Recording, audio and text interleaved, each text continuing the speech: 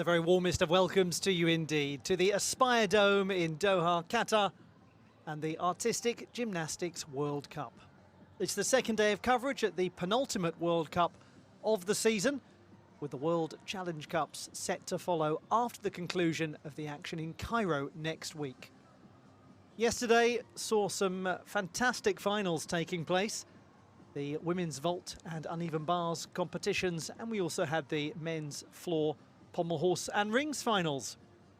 Today, the gentlemen will be taking to the vaulting table, the parallel bars and the horizontal bar, and the women will contest the balance beam and floor titles. Artistic gymnastics at the Aspire Dome, the venue of the 2018 World Championships. My name's Olly Hogben. It's a pleasure to have your company, a pleasure to have their company as well, the spectators. Looking forward to some splendid artistic gymnastics action. The men's vault will be where we begin our coverage. The Aspire Dome is part of the Aspire Academy. It's located just outside of Doha proper in Al Rayyan. Al Rayyan is the largest municipality in the whole of Qatar, with a population of about 600,000 people. Famously hosted a lot of matches at the Qatar 2022 FIFA World Cup finals.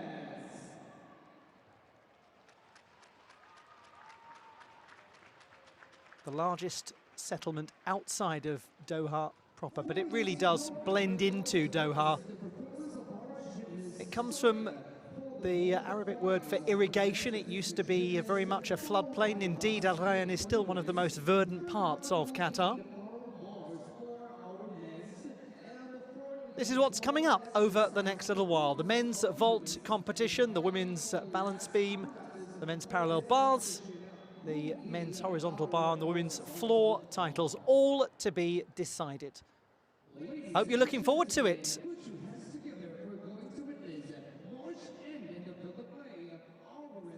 Let's run through what we saw yesterday, starting with the women's vault competition won by Teja Belak, with her fellow Slovenian Čaša Kiselev taking the silver medal and Hungary's Greta Moyer winning bronze. On the uneven bars, a first ever World Cup title for the Australian Kate McDonald. Lucia Ribar won the silver medal, and Audrey Rousseau, the Canadian, took bronze. It was a very successful time indeed for the Slovenian women's squad in yesterday's competition. For the men, on floor, Kazakhstan's Milad Karimi took the gold medal. It was a Kazakhstan 1 and 2 with a young man called Altinhan Temirbek finishing second. He's one to watch, and we'll have the pleasure of his company in the vault final that's coming up in just a moment. Sam Mustalfi of Great Britain won the bronze. And on pommel horse, it was that young man again, Hamlet Manoukian, who took the title. Hong Yan-ming, another great young gymnast from the People's Republic of China, was the silver medalist, and Kazakhstan's Nariman Kurbanov won the bronze. On rings, Yo Hao of the People's Republic of China took the gold medal. One of his club mates will be competing today in the horizontal bar final. And more Armenian success for Hagen Davtyan and Arta Avatisyan, winning silver and bronze respectively in the rings competition. That was then, this is now. Here are your finalists in the men's vault competition. The opening final of 5 happening today in Doha at the Aspire Dome.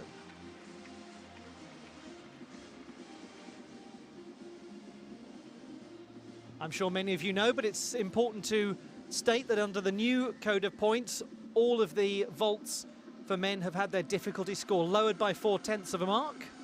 So that which was previously a 5.6 difficulty is now a 5.2. That which was a 5.2 is now a 4.8, and so on and so on. We'll look at the numeracy in more detail, but for now, here is a rough outline of how things looked in qualification.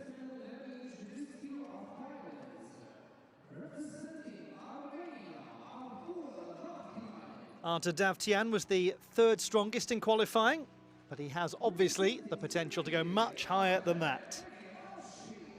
Alperen Ege Avcı of Turkey, the 7th best in the qualification round. Top man in the preliminary stage, Nazar Chiperny of Ukraine. Alsinkhan Temirbek of Kazakhstan was the 8th best in the preliminary round.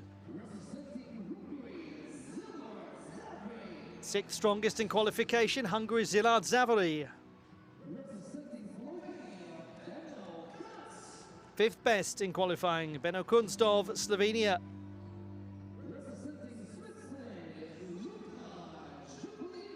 The 2nd best qualifier, the Swiss gentleman Luca Giubellini.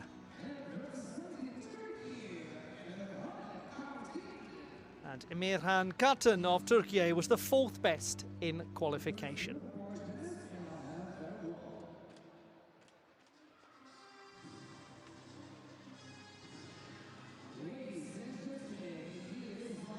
It should be a most interesting men's vault final, this. And it's fascinating and probably quite helpful that we're going to get Artur Davtyan as the first gymnast to go, because he was uncharacteristically not hugely precise on his opening vault in qualification, with an execution score of 8.333. The finalists in the men's vault competition and the top performer in qualification will be the 3rd gymnast to go, Ukraine's Nazar Chiperny, World Championship bronze medalist in 2023, the most recent World Championships.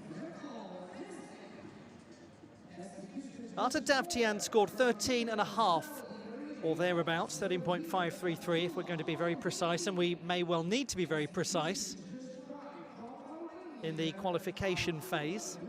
Once again, a look at those finalists, with Davtyan the 3rd best in qualifying to kick us off, then Chiperny, the top qualifier, to go first in the order, and we'll have right near the end Luca Giubellini, the 2nd best qualifier. We expect then to see 2 5.2 difficulty vaults from Messrs Davtyan, Chiperny, and that's it. We expect to see 5.2 and 4.8 from Luca Giubellini. And we expect to see 4.8 and 4.8 from Messrs Temirbek and Katan. The remaining gymnasts delivered 4.4 and 4.8 in qualification. So 2 athletes then tied on difficulty, but performing, certainly if their intentions are realised, a slightly different combination of vaults. So Davtyan, we would anticipate delivering his signature Dragulescu first, followed by the Yo 2. And Nazar Chiperny will likewise, we understand, open with the Dragulescu, but then will deliver the double twisting Kasamatsu vault as his 2nd.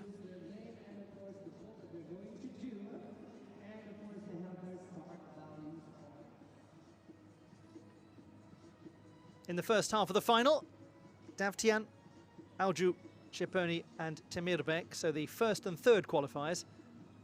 And in the second half of the final, the 2nd and 4th qualifiers. This is therefore one of the more balanced random draws and will really keep us guessing right up until the conclusion. But as I said, that first performance from Artur Davtyan is going to tell us an awful lot. The opening vault will be hugely indicative of what sort of final we can expect.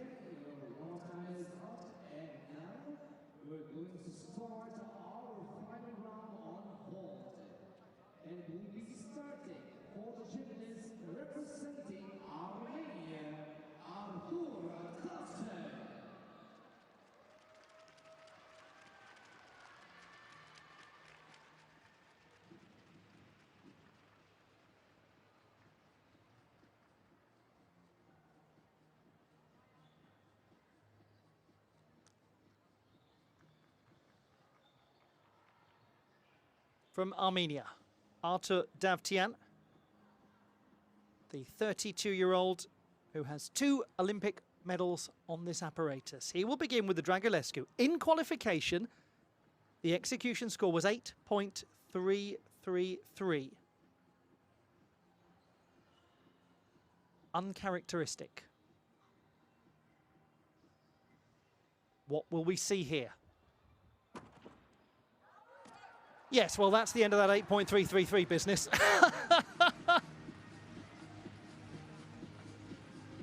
Back to the way things normally are for good old Arta Davtyan.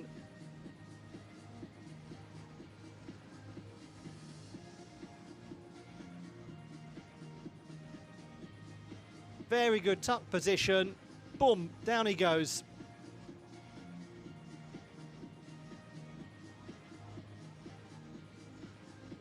So good at keeping the chest as high as possible on his landing, which is notoriously difficult in a Dragulescu vault.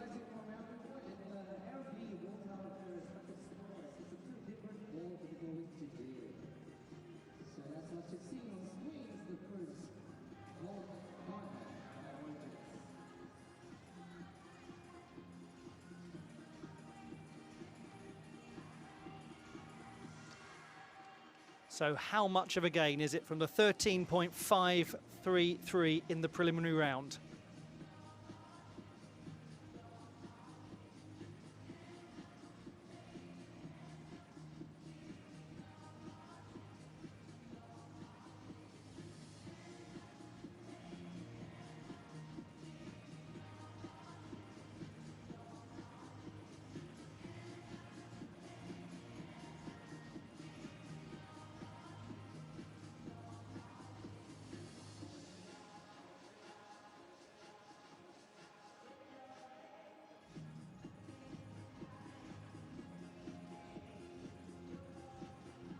The gymnast who was the champion of the world in 2022, the first Armenian world champion. Announcing the score of our gymnast on his first vault at 14.433. The score 14.433, I believe. We'll just confirm that.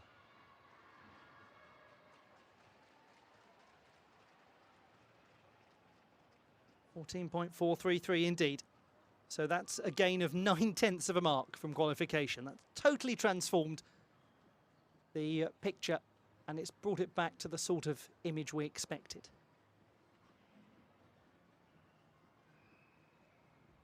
Yo to the anticipated vault, and that is very fine from Arta Davtyan. That's going to be extremely difficult to beat. They'll know it. He'll know it.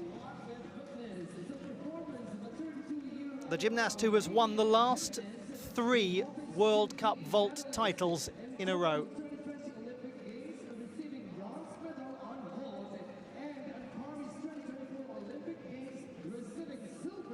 In this most interesting and more advanced chapter of his career, he's become the greatest exhibitor of beautiful form on vault in the world. He doesn't necessarily always have the highest difficulty in a top-level final,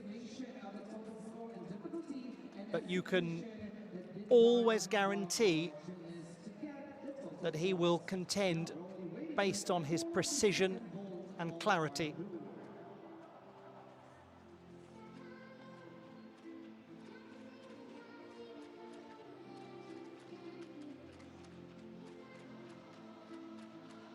Aren't they a super squad, the Armenian men? The youngsters coming through as well. The old hands to guide them. Not that the old hands are showing any sign of going anywhere anytime soon.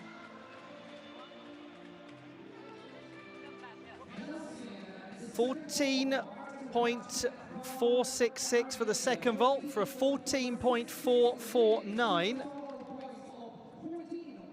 And that for Arta Davtyan is an increase of just over half a mark from qualifying. Good luck to Alperen Ege Alcu of Turkey. He's only 18, and it is his 19th birthday in just 2 days. Great young gymnast. He won a cluster of medals at the Mediterranean Championships in December in Tunis. He is indicating that the Accopian vault will be his first. That was a nice, secure display from Alperen Ege Alcu. 4.4 and 4.8 difficulty scores, what we're anticipating from him.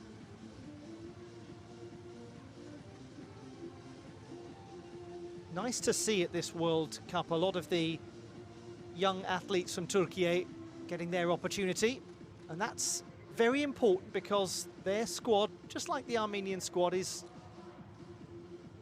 trying to put it euphemistically, but getting on in years. They're starting to age now, and they're going to need the young gymnasts to come through and have a smooth transition, because every national team, and whatever the sport is, whether it's association football, whether it's gymnastics, you have to have the young athletes coming through smoothly alongside the very experienced gymnasts, so that the youngsters learn from the older gymnasts and indeed put a little pressure on them in the nicest possible way.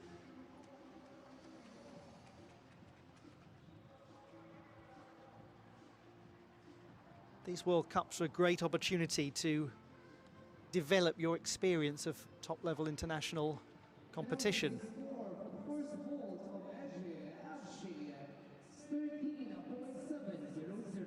13.7. That's an improvement of about 2/10 from the qualification phase. That'll do very nicely. Now this we anticipate being his roche, the more difficult vault. He's the only gymnast we expect in this final to do a second vault that is more complicated than his first.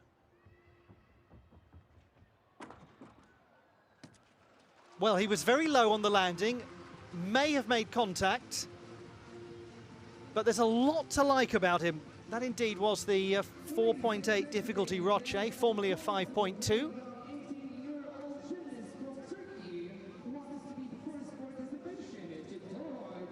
He's from the city of Bursa, about 500 kilometers from Antalya. Antalya was where he competed at the Junior World Championships in 2023 and was 5th in the vault final. This will be the telling angle. He's got nice toe point as he vaults. Oh, he is close.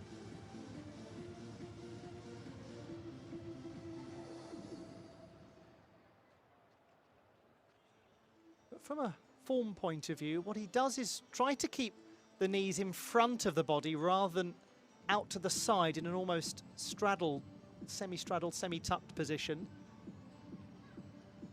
And to keep his toe point elegant.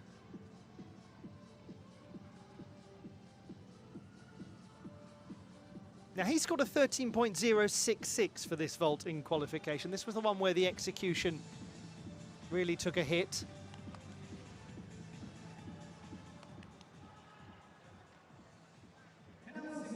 And it's a 13.466 this time for 13.583. So well done to him. He's about 3/10 higher than qualification. Might help him push up the standings a little. He does have the joint lowest difficulty of anyone in this final. But that's okay, he's an 18-year-old, he's got time. Nazar Cheperny of Ukraine, top qualifier with 14.333, but we've just seen Arta Davtyan produce 14.449. So the pressure is now on. Not that this gentleman can't handle pressure, he is the World Championship bronze medalist from Antwerp, and he won silver at the Youth Olympics. His Dragulescu has real elevation. He makes it look very simple. Very determined young man is Nazar Cheperny. Even when he gets medals, he talks about the need to improve, what he wants to do to refine his technique.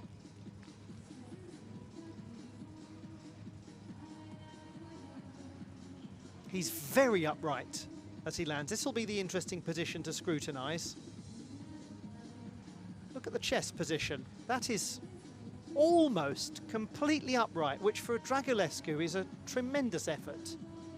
He gets around very early, opens up out of the tuck position with oodles of time.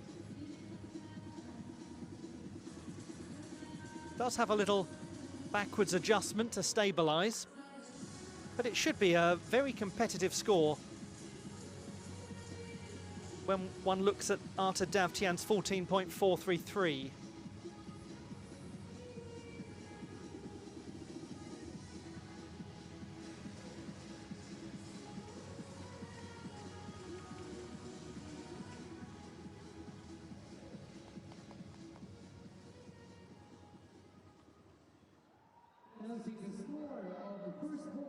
Very close, 14.2.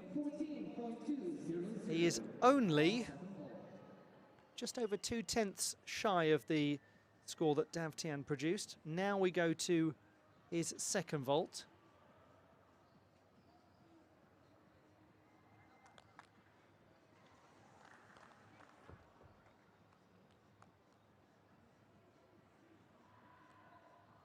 This vault scored 14.366 in qualification.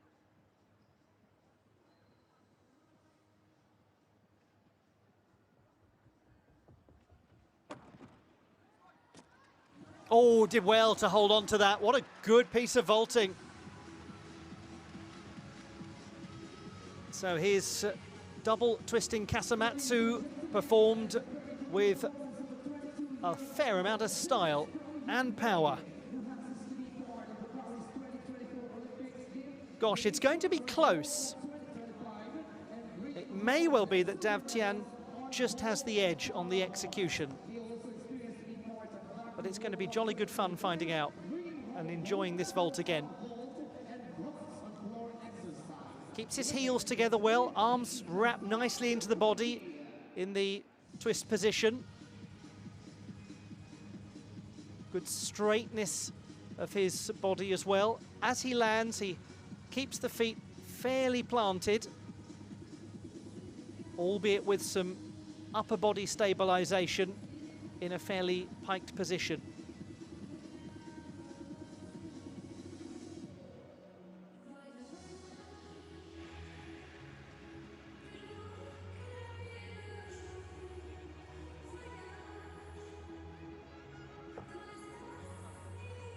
.566 for that second vault, 14.383. So he's in second place, as I suspected, Dav Tian just edging it, but that second vault, the single best score that we've seen so far. Really high execution, 9.366. Now, if you watched the floor final yesterday, you will have been so impressed with this youngster from Kazakhstan. He's only 18, Altinhan Temirbek, won the silver medal. He's got delightful form, and he was the runner-up on vault at the Junior Asian Championships last year. We expect vaults of 4.8 difficulty on both occasions. Takes a little step out, so there will be penalty tenths. But otherwise, his 1.5 twisting Kasamatsu, very promising. And one imagines over time then he will add that extra half twist of the body to turn it into a Lopez, as we just saw from Nazar Cheponi.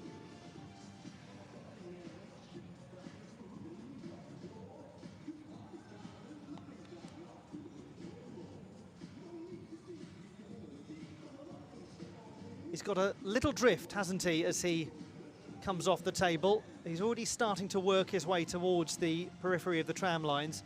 And from a form point of view, just have a look at the lower legs. There's a bit of windmilling, a slight crossover almost.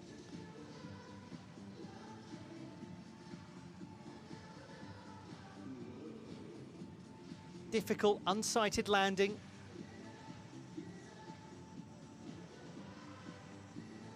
He did have a 10th penalty in the qualification phase as well.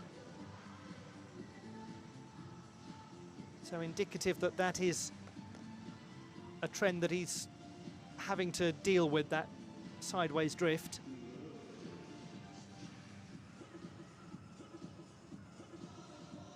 Cracking young gymnast, though.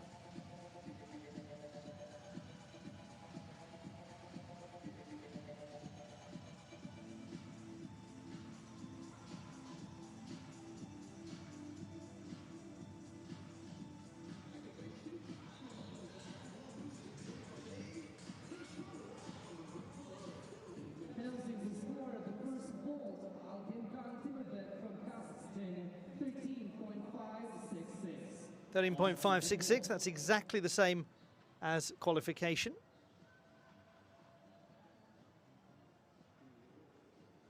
Now, this is where he had some execution issues in the preliminary round. He only picked up an 8.033 for what we expect to be a Roche. Can he land this one with stability? Yes, well done. What a nice performance. That's very good to see from Altinkan Temirbek. That'll certainly be a lot higher than the 12.833 he was awarded in the preliminary stage. And a nice bit of sporting spirit there as he shakes the hands of the Hungarians who are next to go.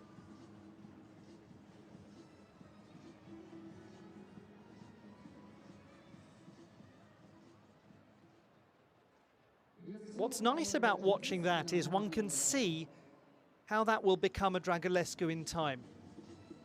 Just as is the case with his 1.5 Kasamatsu. You can see how that's going to become a Lopez. Important that he gets absolute mastery before throwing the extra 4/10 in.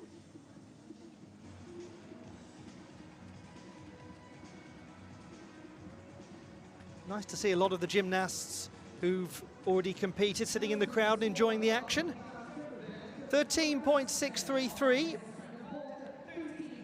13.599, the average score, and he has gained 4/10 from qualifying, so that's a very significant increase.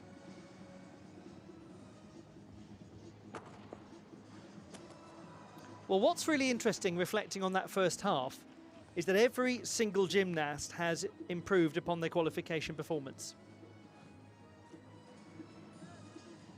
It's everything you want to see from a final.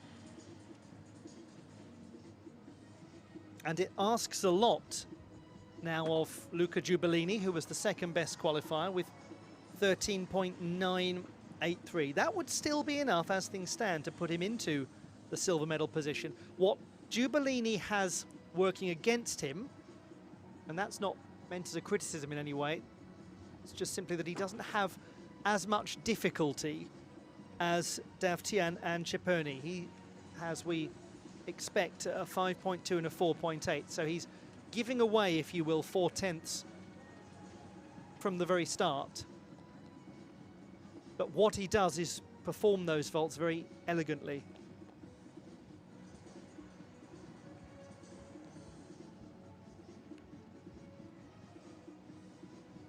There's the bronze medalist from the last Junior World Championships, Szilárd Závory. We've got quite a crossover between those that contested the floor final and those that are contesting the vault final here in Doha, which is a fairly common occurrence in World Cup competition.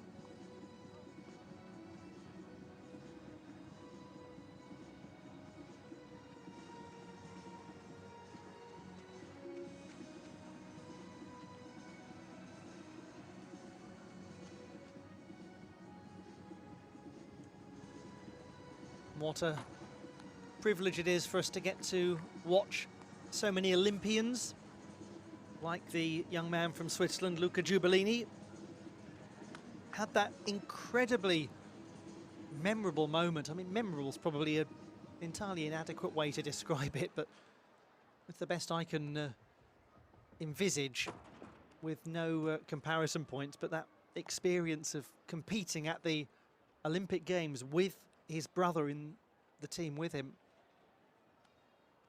And Nazar Ciperni has challenged the score. Gymnasts, your warm-up time is up. And now, ladies and gentlemen, let's continue our apparatus finals on vault with our gymnast representing Hungary, Szilárd Závory.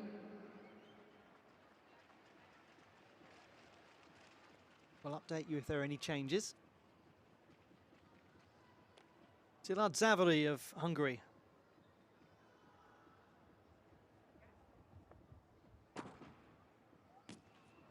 He begins well.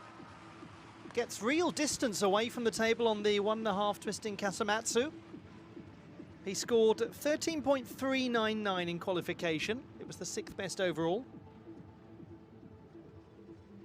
He won a medal on vault at the Masters Championships of Hungary towards the end of last year.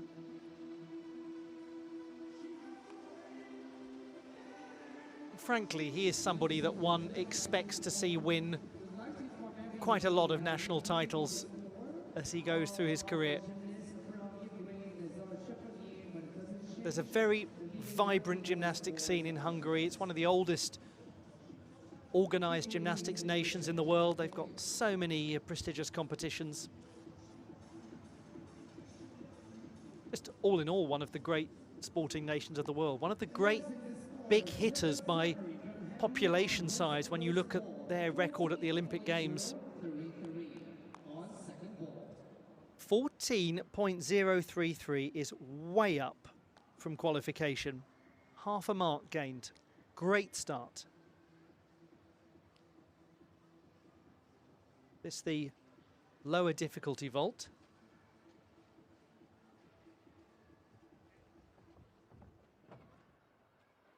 And he performs the Yurchenko vault with a double twist.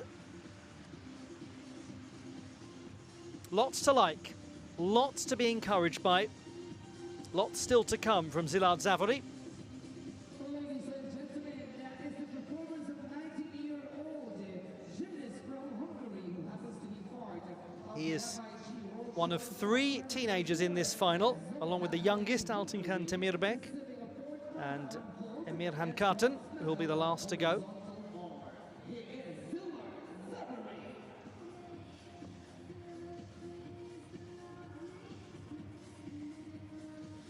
The double twisting Yurchenko, certainly more a staple of women's vaulting competitions. We do occasionally see it as a chosen vault in the men's events.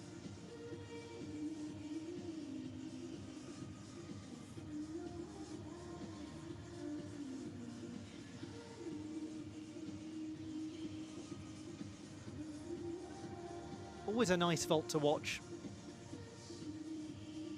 Anything with the Yurchenko entry.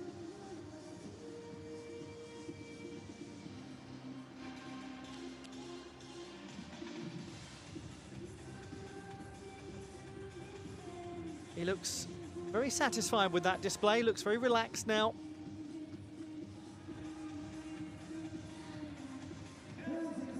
$13.633, is his average score. That is good enough for 3rd position, and he's up by almost half a mark from qualifying. What an excellent standard. No change to Nazar Ciperni's numbers.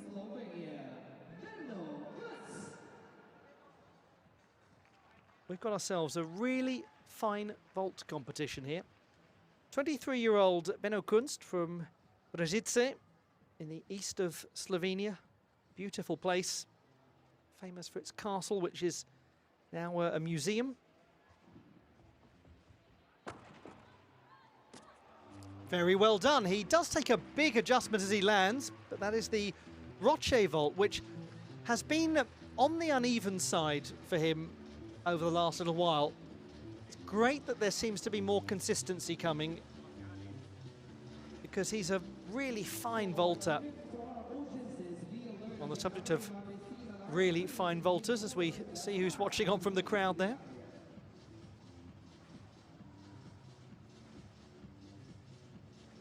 He's a little overcooked as he lands.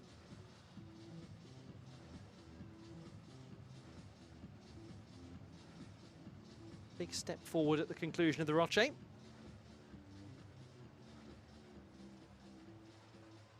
Lots of time in the air.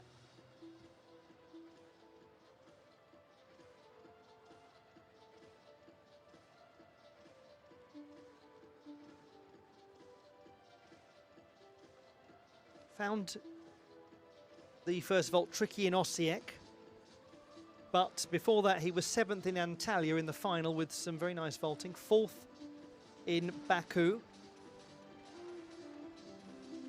Certainly getting there, isn't he?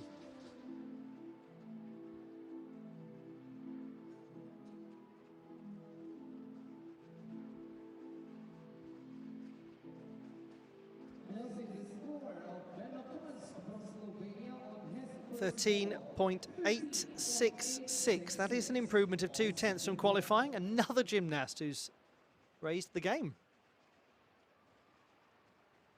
Young fans thoroughly enjoying what they're seeing. I hope you are too. And let's see vault number 2 from Benno Kunst, the university student.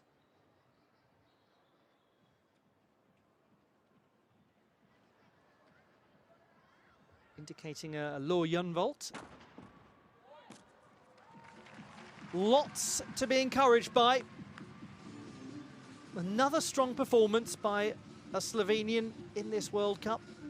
There you have it, ladies and gentlemen, witnessing the performance of a 23-year-old Slovenian gymnast who happens to be here for certification to Doha Artistic Gymnastics World Cup. Let's have a look back at vault number 2 of Benno Kunst. Keeps the body nice and straight. His twisting is secure in its form. His landing adjustment not anything like as pronounced as the opening vault.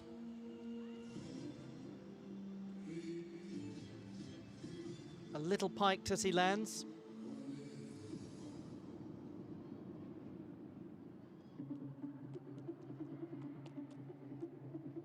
But that's a very secure outing in this final.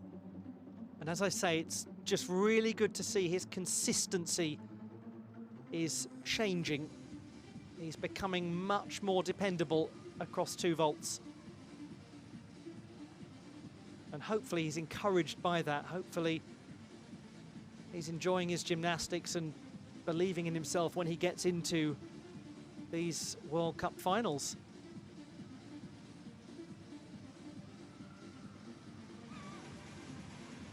He's certainly somebody that one expects to see on a podium in World Cup or World Challenge Cup vaulting at some point soon.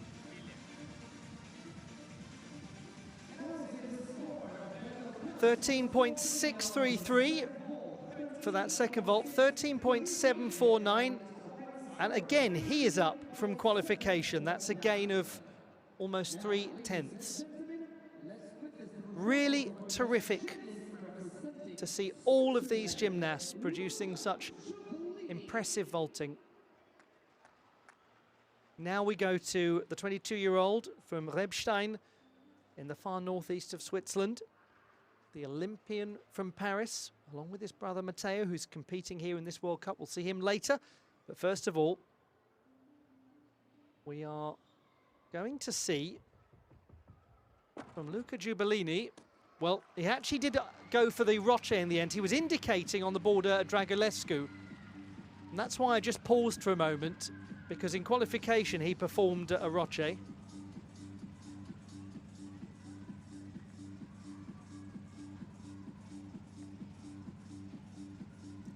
Again, this was a vault with a big adjustment on the landing.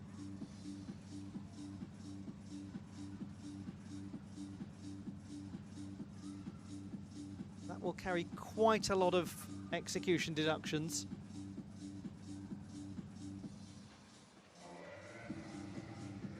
But I did wonder for a moment if we were indeed going to see a Dragulescu, which, as I'm sure many of you know, would be the additional half twist of the body to land facing the vaulting table and to thereby garner 4 extra tenths of difficulty. Announcing the score of our gymnast Luca Giubellini from Switzerland on his first vault, 13.466 on second vault.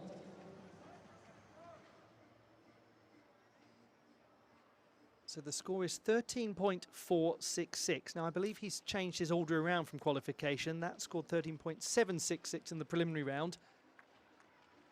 And now what he's indicating is the double backwards pike Tsukahara vault. Indeed, that's what we see, and he was not fully round. That's the more difficult vault, the Lu Yufu vault. And he performed it really well in qualifying, 14.2 score.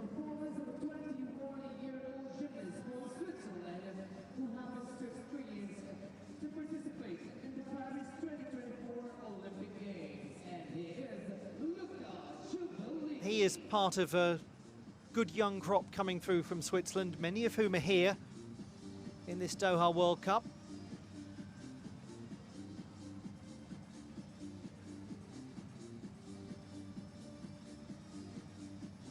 Unfortunately for the Swiss gymnast, that will be quite a drop from his qualification performance.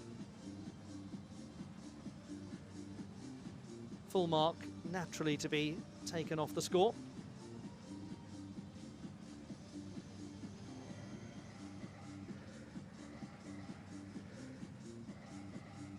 And he was the second best in the preliminary round. Hard to get the rotation of the body in the pike position. The body naturally doesn't move around so quickly when the position is piked rather than tucked.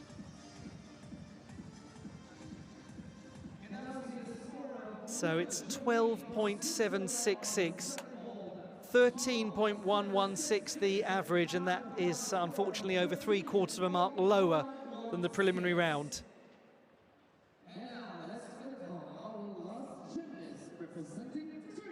Still leading Arta Davtyan. Second, Nazar Chiponi, who is going to make it onto the podium to join them. This is the fourth best in qualifying.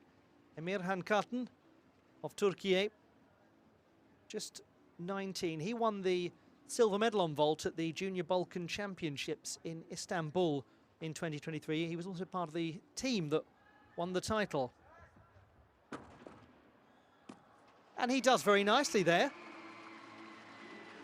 A further half twist of the body than the Lo Yun vault that we saw earlier on. A 4.8 difficulty score.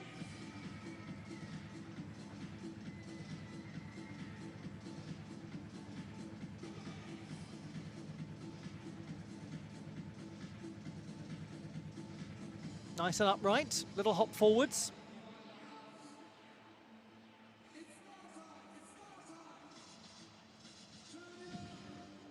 A little loss of his tidiness in flight, perhaps.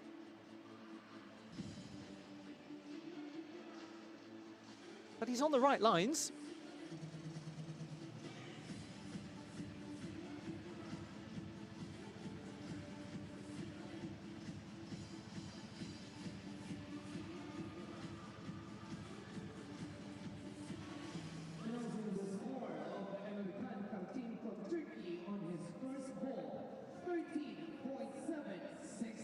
.766 for Emirhan Katan of Turkey. That's very close to qualifying, just over a tenth down, but not a huge drop. This is the last vault in this final.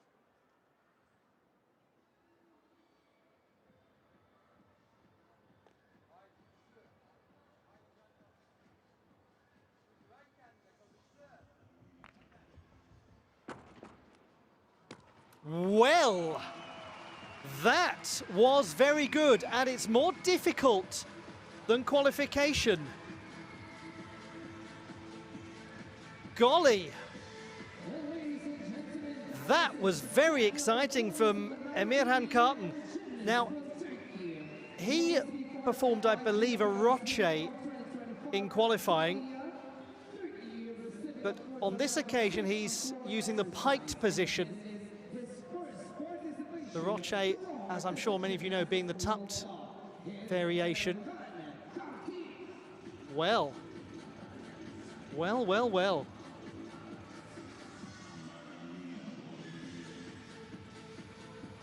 Got to make sure that the pike position is strong, that there isn't too much bending of the knees to make it explicitly clear that it is indeed a piked vault.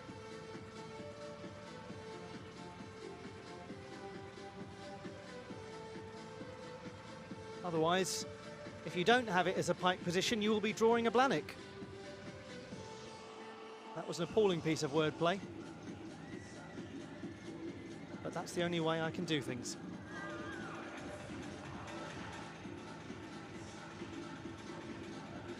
Indeed, the Blanik vault. Gets him a 14.533. Brilliantly done.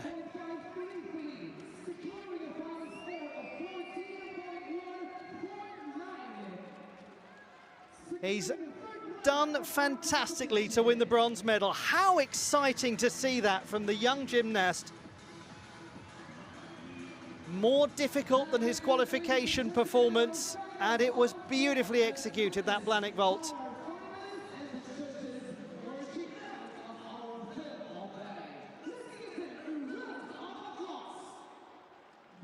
Well, I talked earlier about the young gymnasts from Turkey coming through and having a fine opportunity at this World Cup. And they have delivered some lovely work, as has he. Classified results to come.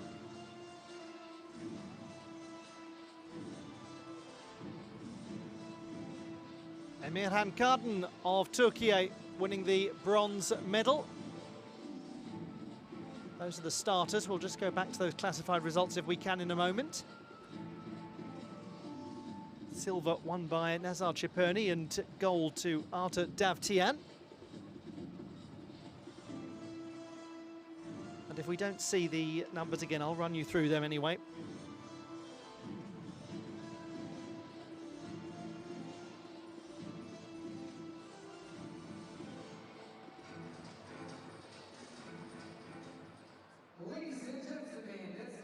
It was 14.149 for Emirhan Kardan, 14.383 for Nazar Ciperni, and 14.449 for Arta Davtyan. Bronze, silver and gold. Super work from the young man from Turkey, the Junior Balkan Championship silver medalist. The classified results in the men's vault competition: Emirhan Kardan taking bronze with 14.149 for his first ever World Cup honours. Nazar Ciperni of Ukraine wins silver with 14.383, and the gold medal to Arta Davtyan with 14.449, a real improvement from qualification.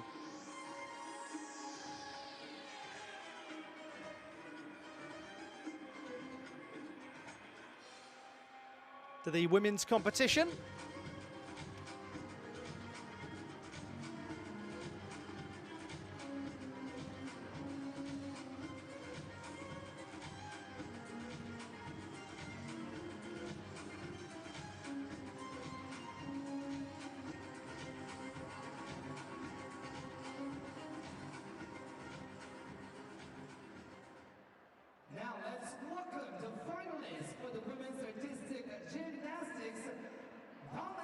Apparatus as they enter the field of play. Let's give them a round of applause.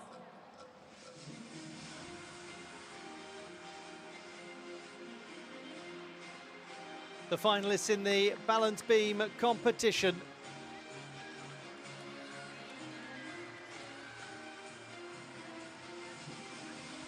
We've got some real specialists on this apparatus to come.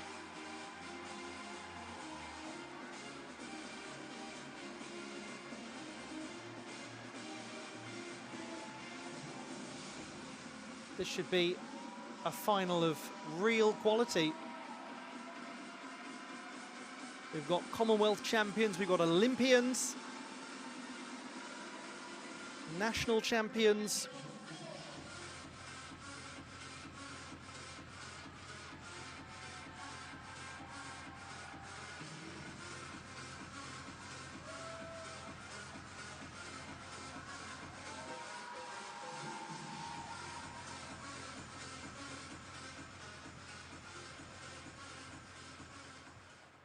Ladies and gentlemen, let me introduce to your finalists representing Croatia, Kristina Zwicker, fifth best in qualifying. Representing Australia, Kate McDonald. Commonwealth Games champion Kate McDonald from Australia, third best in qualification. Sabrina Maneka-Voinia of Romania, second best in qualifying. Hungary's Greta Moya, the top performer in qualification. Vita Prijanovic of Slovenia, the 8th best in qualifying.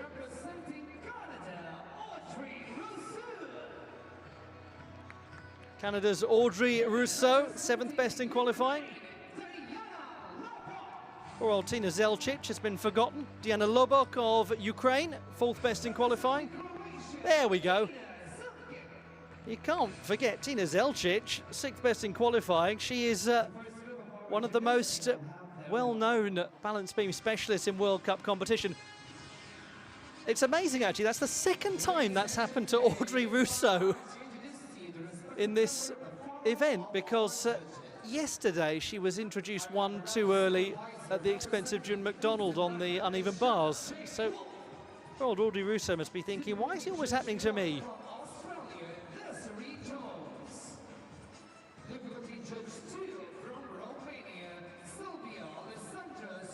The finalists in the women's balance beam competition, and the top performer in the preliminary round will be the 4th gymnast to go, Greta Moya of Hungary. She won the title at the Hungarian Apparatus Championships in September. We also have here Sabrina Meneka-Vojnia. She was the 2nd best in qualifying, but with the same score as Moya. Real difference, though, in their difficulty execution split. 6/10 up on difficulty, 6/10 lower on execution, the Romanian. She was the runner-up at the European Championships in Rimini last year. There's the gymnast who won the Commonwealth Games title in Birmingham in 2022, Kate McDonald. She's having an excellent World Cup. Gold medalist on the uneven bars with one of the most beautiful Kachevs you will ever have seen. And I'm not hyperbolizing when I say that. Go and watch it. It was sensational. She nearly hit her head on the roof of the building.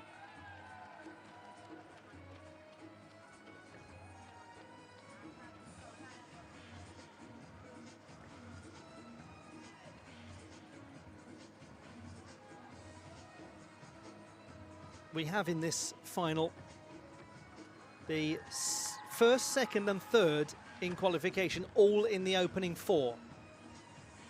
So we'll have a very interesting picture at the halfway stage.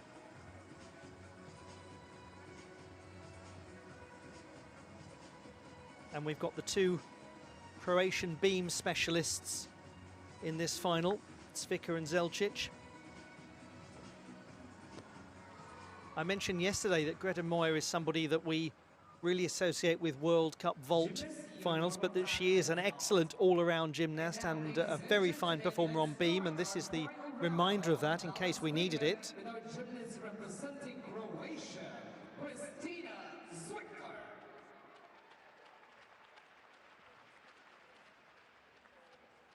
We start with a gymnast who is just beautiful to watch on beam. She's a very skilled performer on this apparatus. Elegant, poised, controlled. It's very much her piece. She is somebody who's always prioritized the delivery of her performance rather than the difficulty of it. 22-year-old from Zagreb, Kristina Cvica, who has been a World Cup champion on beam. Smooth switch leap mount to start. Just a little adjustment coming out of the free walkover. But the pike, very good.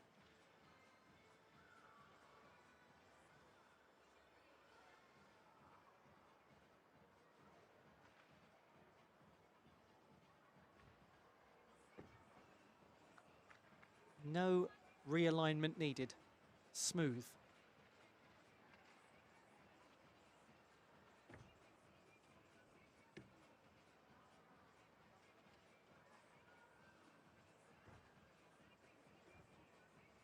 Perhaps just lacking the elevation on a couple of the jumps,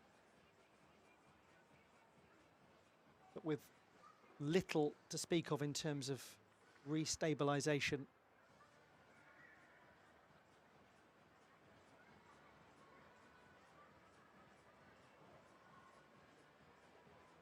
Just fluid throughout.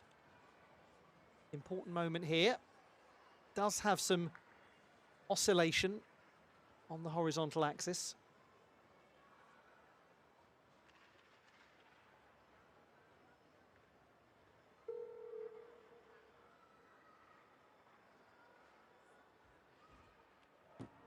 and concludes her routine with a dismount from the Gaynor family. It is one of life's pleasures watching Kristina Cvica on beam, because you feel very relaxed when she's performing. There are some gymnasts who make a balance beam look like it's about 5 times the width that it actually is, and generally speaking, that's what you get from Cvica. It means that she gives off an air of real confidence, and one tends to feel that when she performs. You feel it yourself as you watch.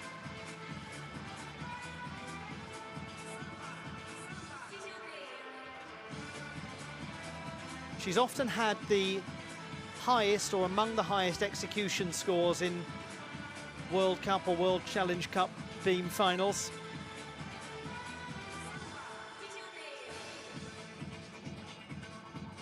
It's a little lack of symmetry of the body in the tuck position. One knee much higher than t'other.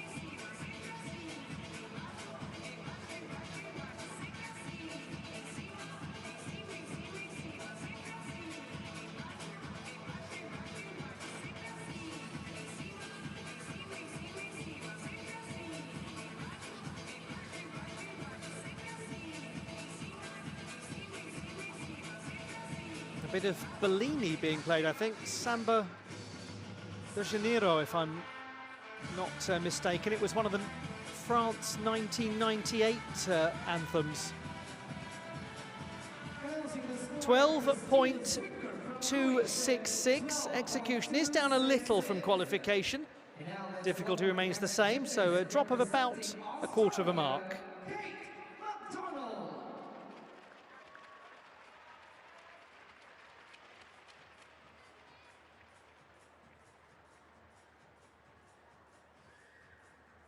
The reigning Commonwealth Games balance beam champion, Kate McDonald, the Australian who won the uneven bars title yesterday. She's having a very fine competition. Switch leap mount to begin. Third best in qualifying, 12.833.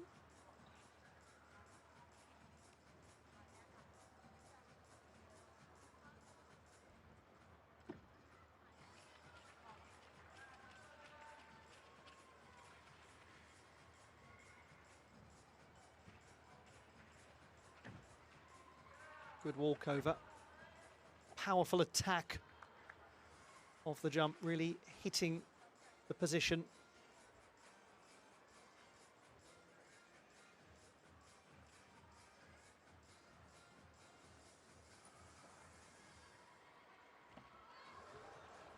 Regrettably, off the apparatus to concession of a full mark.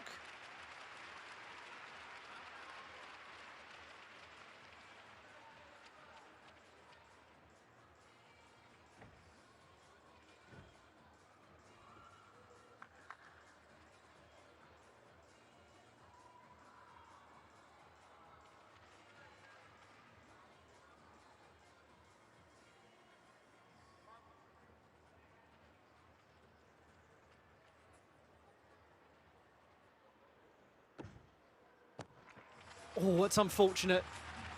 Just comes to ground on the dismount. Again, just as we saw on the bars yesterday, enormous amplitude from McDonald. Not quite on this occasion. You do have to admire so much the way she attacks her skills, the conviction with which she performs. Great athlete. As I mentioned yesterday, she's an extremely good surfer as well. And you do have to think about actually the possible transfer of skills, the ability to keep one's balance, use the whole body to master a surfboard. We've had gymnasts in the past, like Barbara Malkosheva, who have been very skilled snowboarders and have performed very well on beam. There's an example of what I would call that real attack of her skills.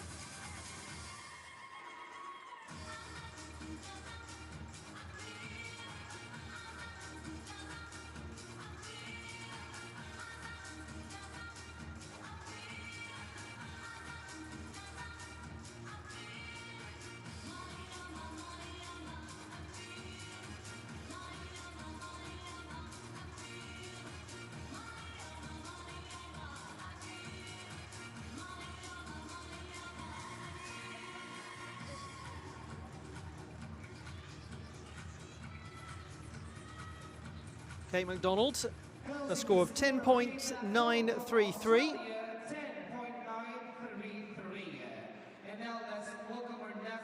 Nonetheless, really fine weekend for her, taking her first World Cup gold. Hugely popular gymnast from Romania, Olympian Sabrina Maneka-Voinea. 17-year-old was the second best in qualification, and she was the runner-up on beam at the European Championships last year. It was in this place that she, oh goodness me, that was just fantastic. I had to interrupt myself. Oh, what a shame. Right after the extremely complicated acrobatic series. She nonetheless has the sort of difficulty that could see her contend for honours even if she comes off the apparatus once.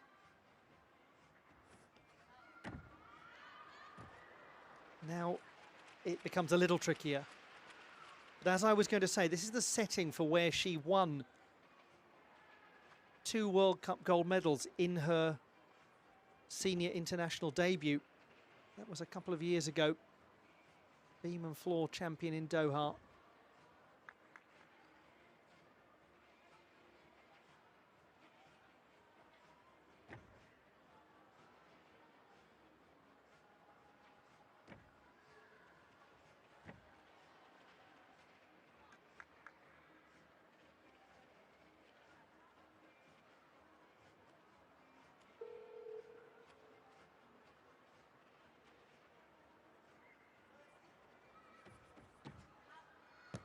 I mean, the difficulty in that routine is fabulous, and most of it was executed wonderfully. The skill selection is complicated, very complicated. A 5.8 difficulty score in qualification was 4/10 stronger than the second highest difficulty score, and verging on a mark higher than everybody but Diana Lobok, who was at a 5.4.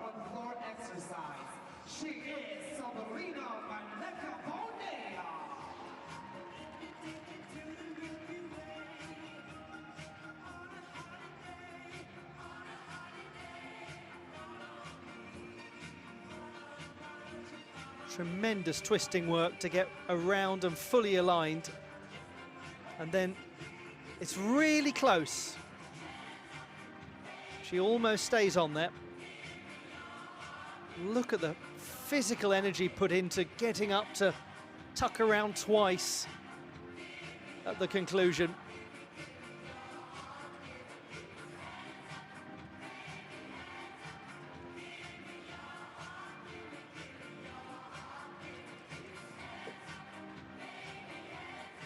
Incredible young athlete.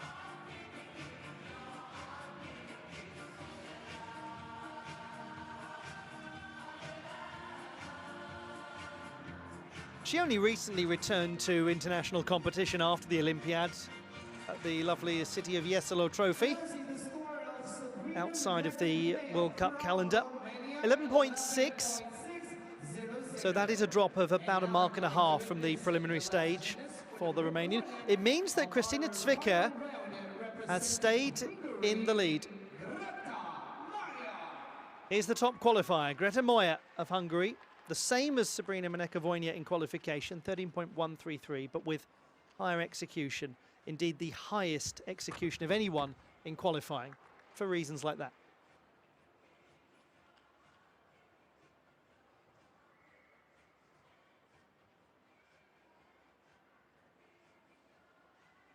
That's good stability in the wolf turns.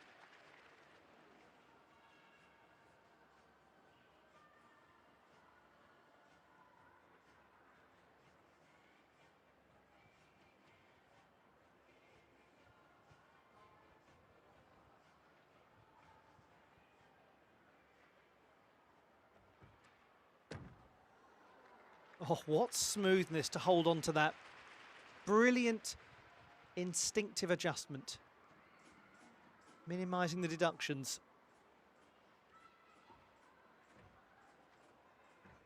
Well, she's making an excellent case to go into the gold medal position here. Side aerial, well performed.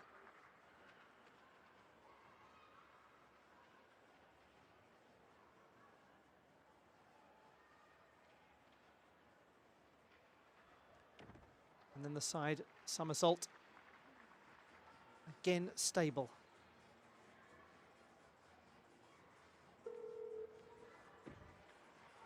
Oh, what a gorgeous double pike to conclude.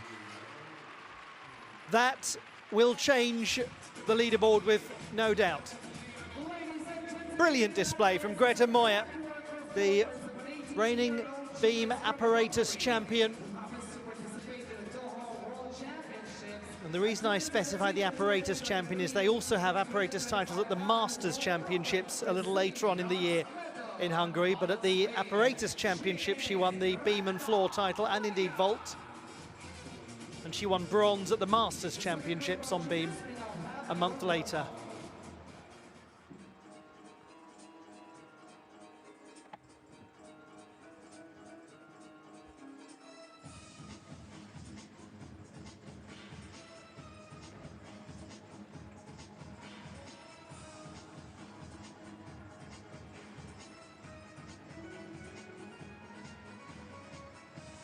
The trajectory of that was so good. And then the double pike conclusion.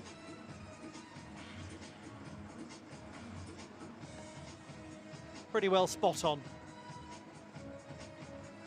That's an entirely justified reaction, frankly. It was a very good display.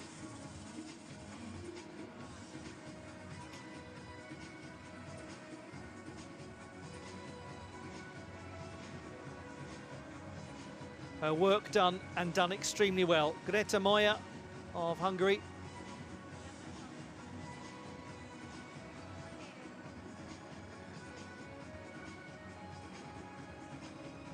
It was back in 2020 that she won silver on beam at the Junior European Championships.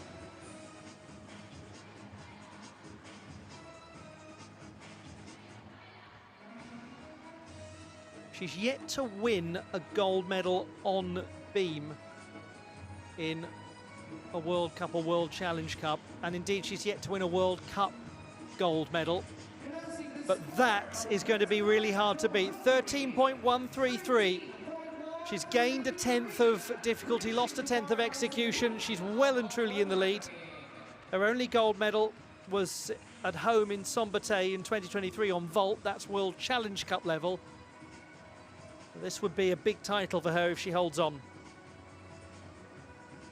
And Kristina Zwicker is in the silver medal position at the halfway stage as the 5th best qualifier. I think I might have said that Zwicker got the same difficulty as she did in qualification, but she was, I believe, just 1/10 down, 4.7 compared to a 4.8 in the preliminary round. Now we have to come in the second half of this final. Only one gymnast who is in the top 4 qualifiers, but we've got to watch her carefully. Diana Lobok of Ukraine, who has a 5.4 difficulty, which is 1/10 higher than we've just seen from Greta Moya.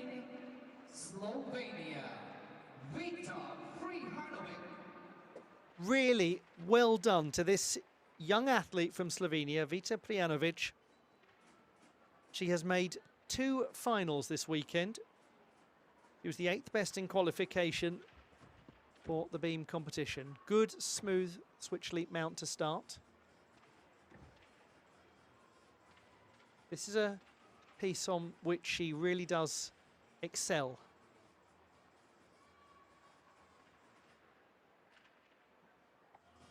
Sadly, the hands going down on the apparatus and curtailing the wolf turns.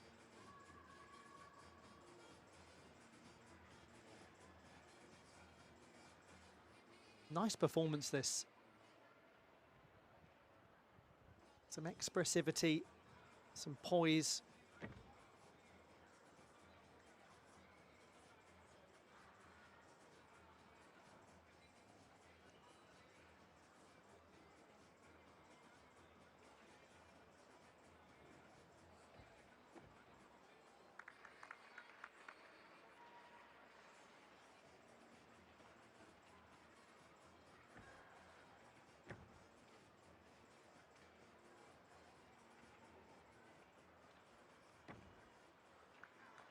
Stabilises the side, Somi. She stabilised everything since that issue with the wolf turns.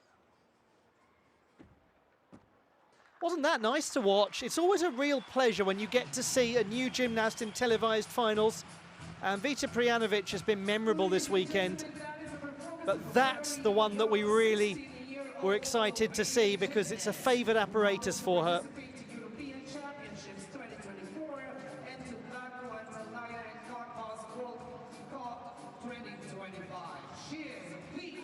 She has competed at the Junior Balkan Championships.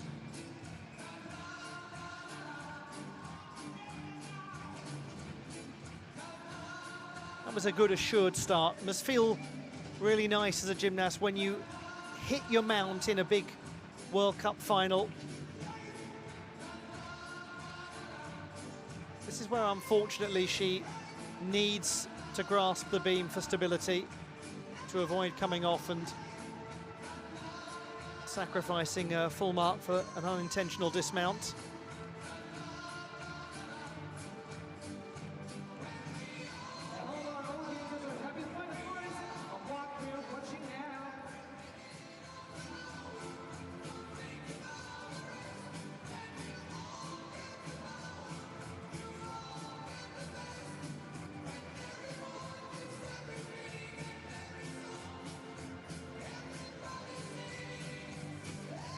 Twisting with assurance to conclude as well.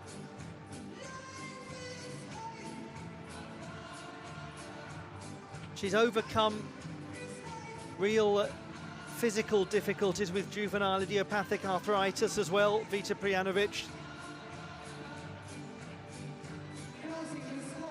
11.566, the execution and difficulty both dropping, but really a lot to enjoy about her work. She's done well this weekend. Now another of the stylish Croatian gymnasts on beam. This is Tina Zelčić. She too is somebody who prioritizes the clarity of her performances over excess difficulty. And again, we see why.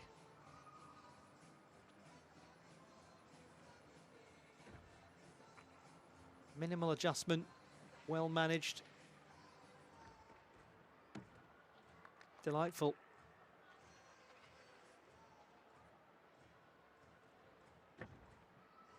Nice free walkover or front aerial.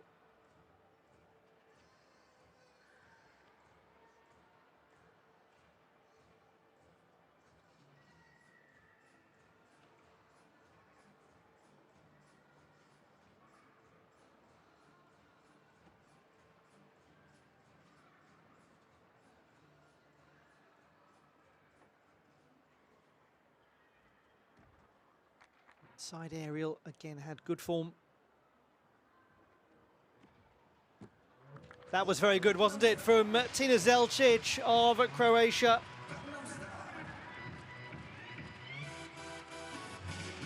Very experienced. Still very young, though, only 22, the athlete from Zagreb. She has won 4 World Cup medals on beam.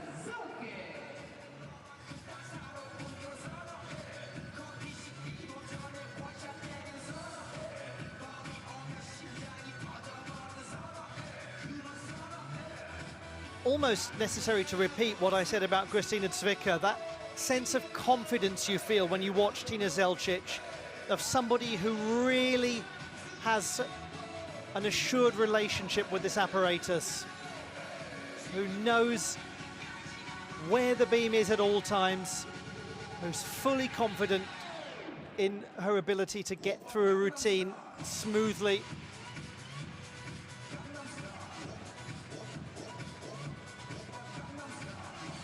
A lot of poise.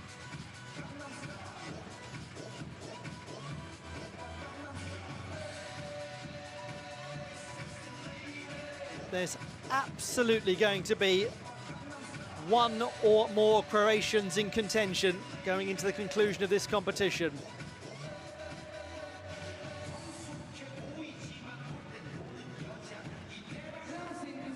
Very good, 12.766. Tina Zelčić goes ahead of her teammate Kristina Cvica. So we have Moja, Zelčić and Cvica 1, 2 and 3. 2 to go. Here is a champion at World Challenge Cup level on the beam. Audrey Rousseau, massively experienced Canadian. First two in this final mount from the side of the apparatus, using the candle mount.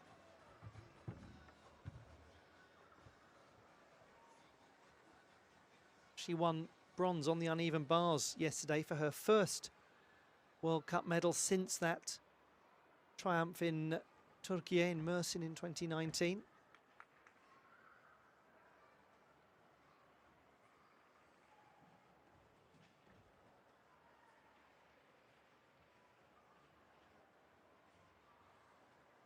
This unquestionably has started as a performance that will challenge the podium. And just about continues thus. Stayed on so well there.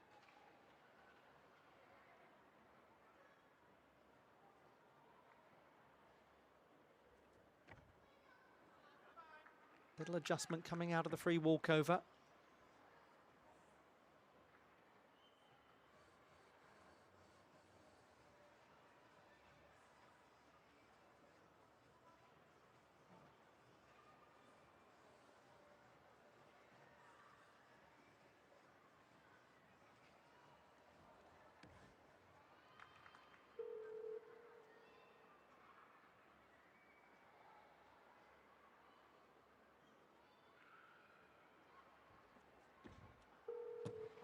Audrey Rousseau of Canada. She did pick up her 10th penalty in qualification. We certainly heard there that she was running close to time. Now, nonetheless, that should be in and around contention with 1 to go. We look back at how she began this with the candle mount.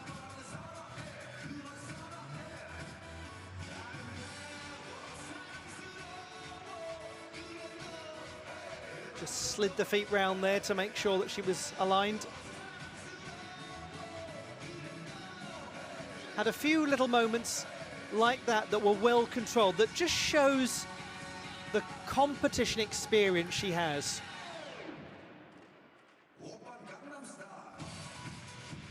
One of the most experienced in the field of any of the women's events at this World Cup. And one of the most fiercely determined as well.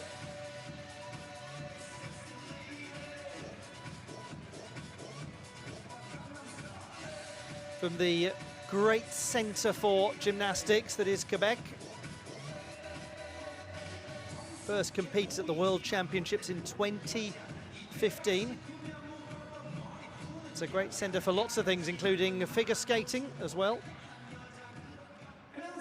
12.266. She just about misses out, and that 1/10 again for penalties going over time is the key determining factor.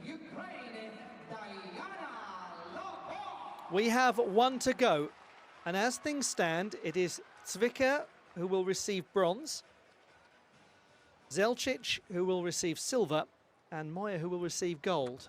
But Diana Lobok scored 12.566 in qualification and has the difficulty to challenge for the podium.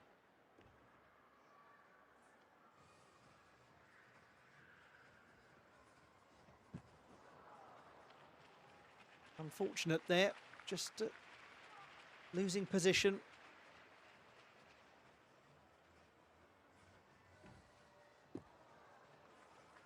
Sadly now 2 full marks gone from the score.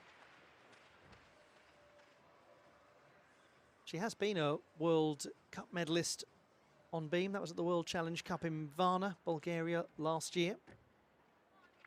There's a lot that's very good about this display. only 16. She's yet to compete at World Championship level as a senior. She has competed at the European Championships as a senior. Oh, lovely stability in the wolf turns. That was beautiful.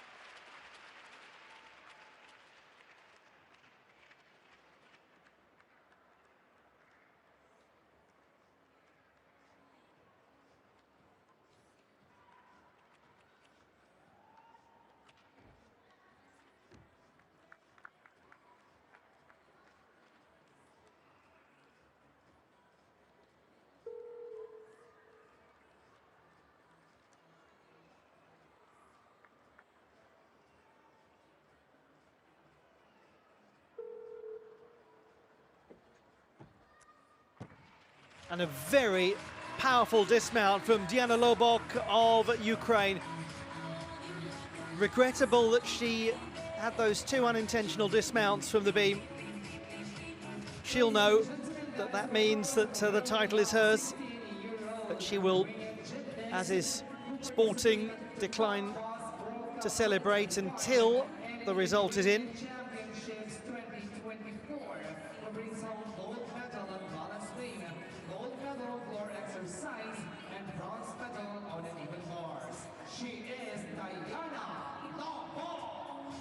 Diana Lobok is the reigning all-around beam and floor champion of Ukraine.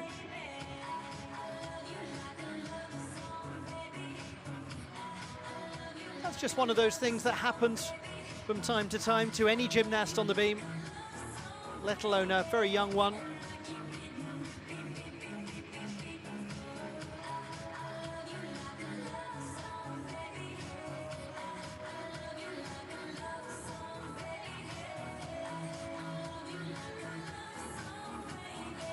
Wonderful wolf turns, great technique, working nicely in releve.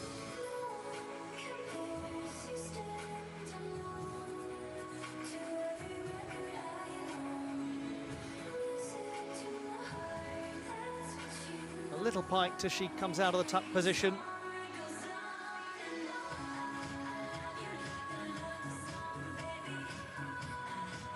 Huge potential, that's clear.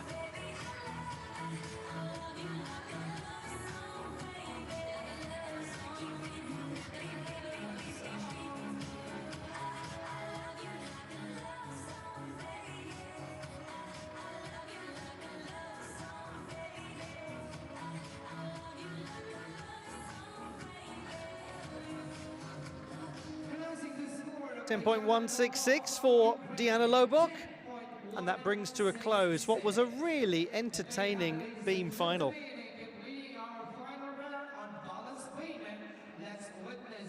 Congratulations to Greta Moya of Hungary. She's won that by a good margin of close to 4/10.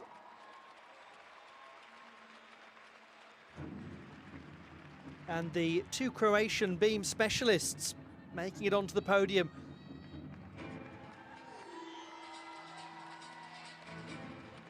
The classified results in the women's balance beam final. Kristina Cvike of Croatia taking the bronze medal, her first appearance on a World Cup podium in 4.5 years.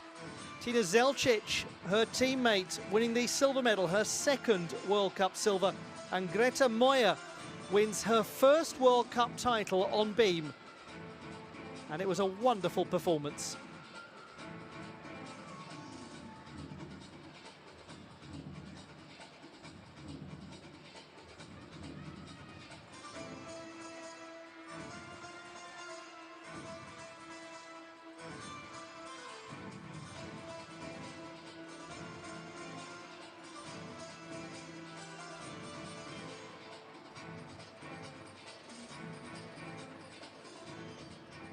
Ladies and gentlemen,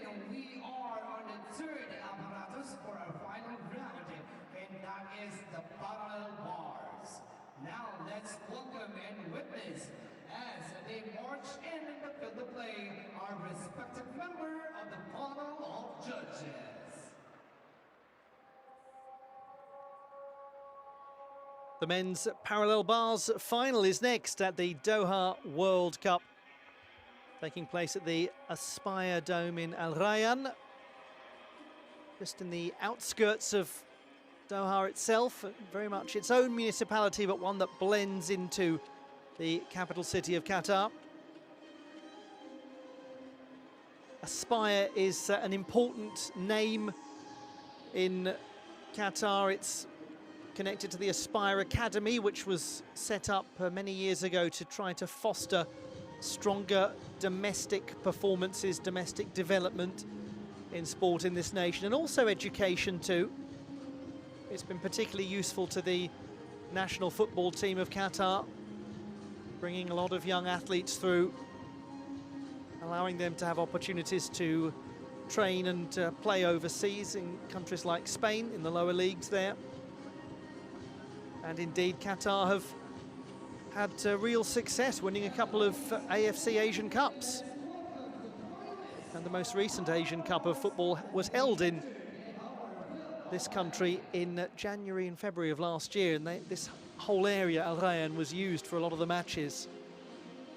So that's where the name Aspire fits in, and its role in wider Qatari sporting culture. Let's go back to our focus now, the men's parallel bars final, and here are the gentlemen who've made it into the top 8. Congratulations to them and good fortune to them as they take to the parallel bars.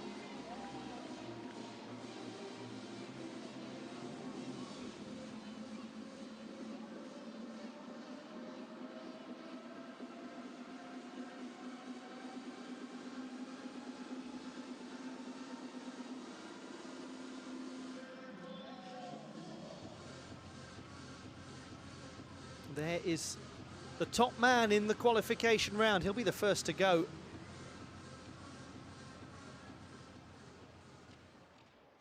Ladies and gentlemen, let me introduce to you our finalists. Representing Australia,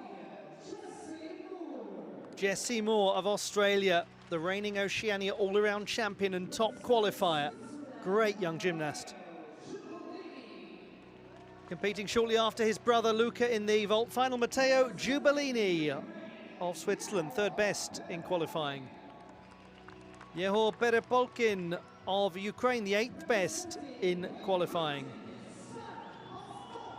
Sam Mustafi of Great Britain, 5th best in the preliminary round. One of the most experienced gymnasts in the world, James Hall of the United Kingdom of Great Britain and Northern Ireland, 7th best in qualifying. Might see a new skill from him.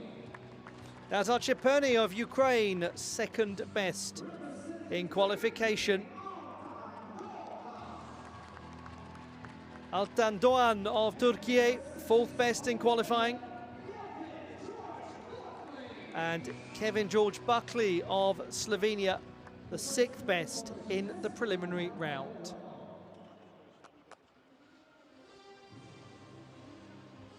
We're in for an intriguing men's parallel bars final now. Topping qualifying was Jessie Moore with 13.933, and he will open this final. Second best was Nazar Cheperny, the Ukrainian, scoring only a fraction lower than Jessie Moore, 13.9 to that 13.333.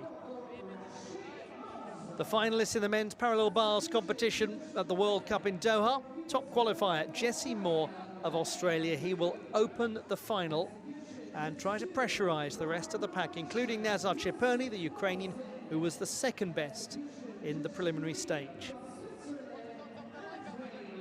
Hope you're enjoying all of the action so far. It's a real pleasure to have your company at the Aspire Dome in Doha as these athletes aspire for a place on the podium, and he aspires for his first World Cup honours.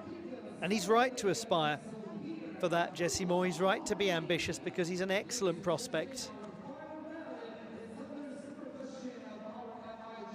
Quite a few youngsters in this field. James Hall is the elder statesman, despite still not being 30 years of age.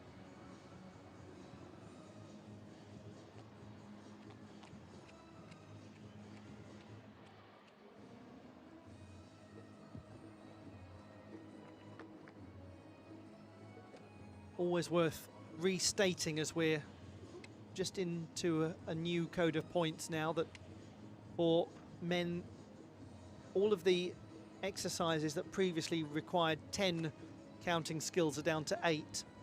So routines have been shortened in terms of difficulty, sometimes in the time actually allowed.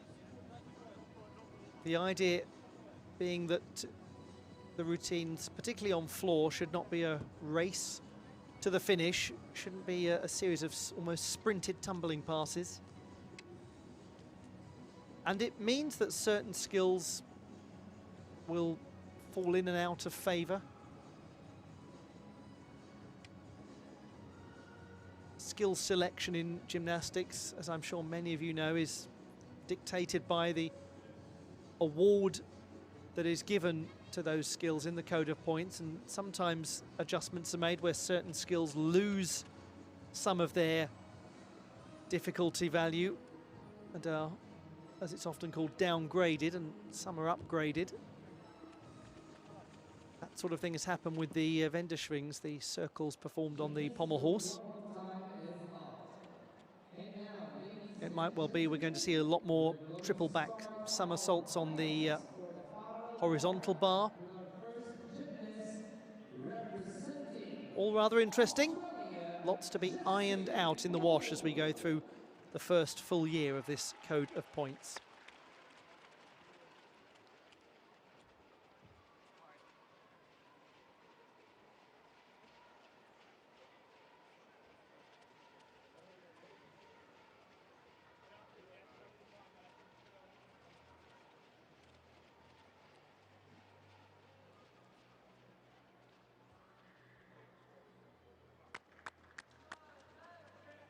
Jessie Moore of Australia, the all-around champion of a continent, and the top qualifier here.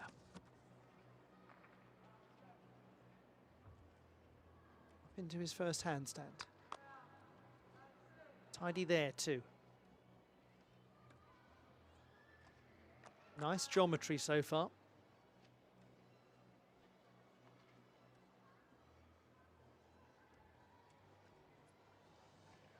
Oh, that was smooth.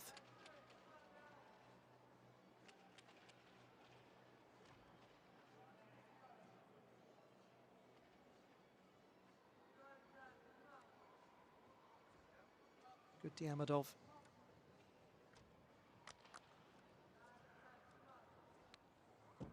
Oh dear, that was just pretty as a picture.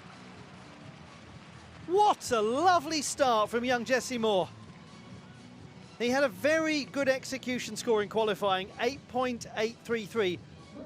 That is essential because there are a couple of others to come who've got stronger difficulty. And he really has performed a delightful piece of gymnastics. Very elegant.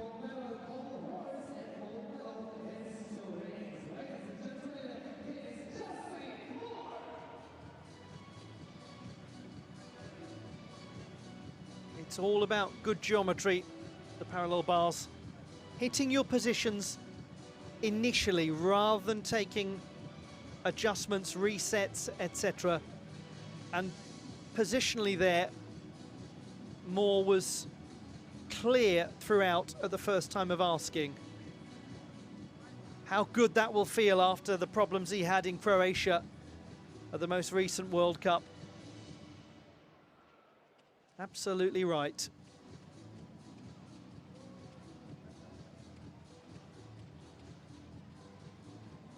.933 in the preliminary round.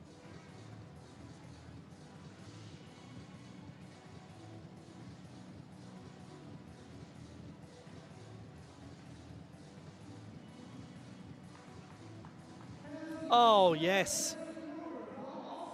14.1 for Jessie Moore. He's picked up the 1/10 bonus. The execution's up a little.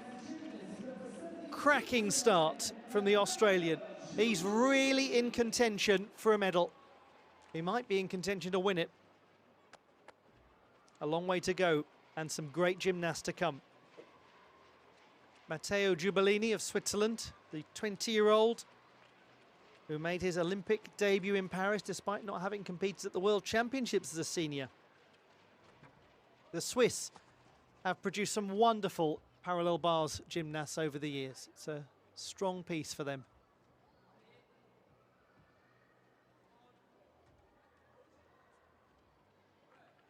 He's got very smooth work on this apparatus. His leg form is excellent.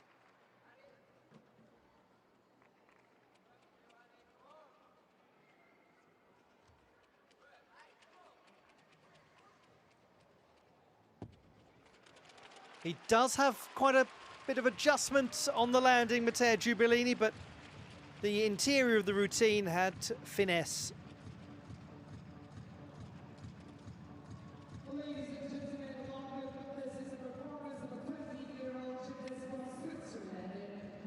A great Giubellini name. I'm sure many of you know that his father competed at the Games in Barcelona.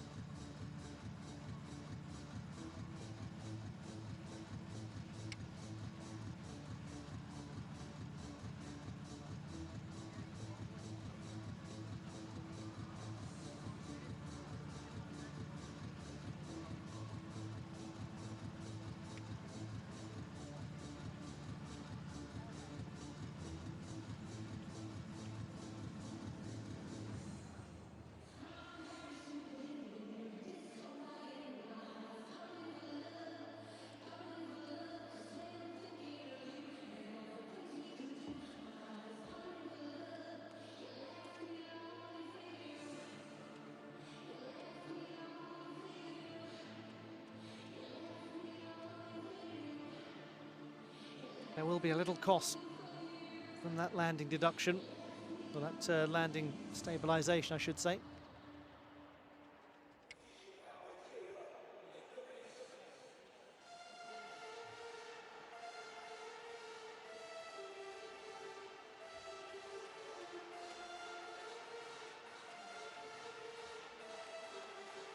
He looks content with that number, 13.7, and it is an improvement from qualifying. His execution is up, a gain of just over 3/10. Well done to him.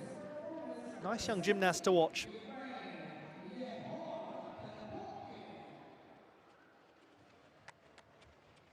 To Yehor Perepolkin of Ukraine. He's only 21.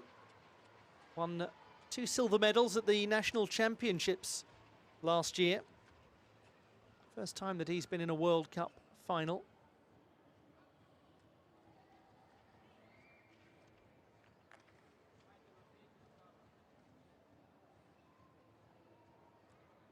He too is looking poised at the start, does very well there. There was a bit of compression of the arms, and that could so easily have been really problematic. First tip help we've seen of this final. And again, he does just have to push up into handstand, and double pike nicely done to conclude. It will cost those 2 almost moves in 2 halves up into handstand. The first part, the pause, and the second part.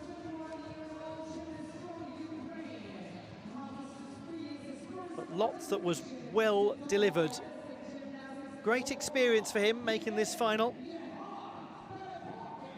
Again, Ukraine, another of the men's squads that is going to need the next set of gymnasts to come through and step up.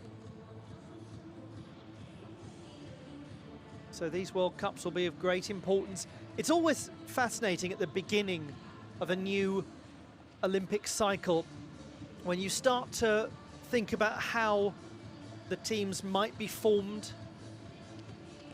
who's going to slot into which role, which apparatus. That's a really good example of a quick save to minimize deductions as best as possible. He's a little bent in the knees as he pikes.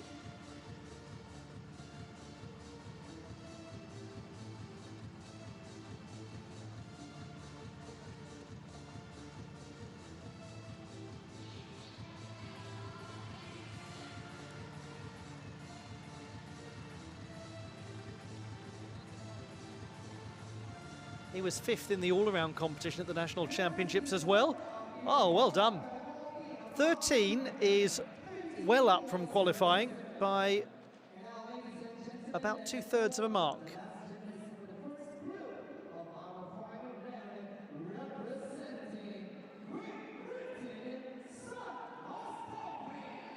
Now we go to the last gymnast in the first half. This is Sam Mustalfi of Great Britain. He really was a pleasure to watch yesterday, taking bronze on floor with a very clean performance. 5th best in qualifying here.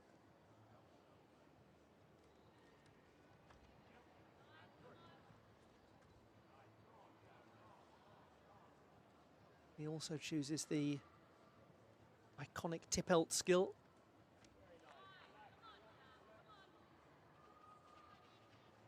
His teammate James Hall watching on, giving him plenty of encouragement.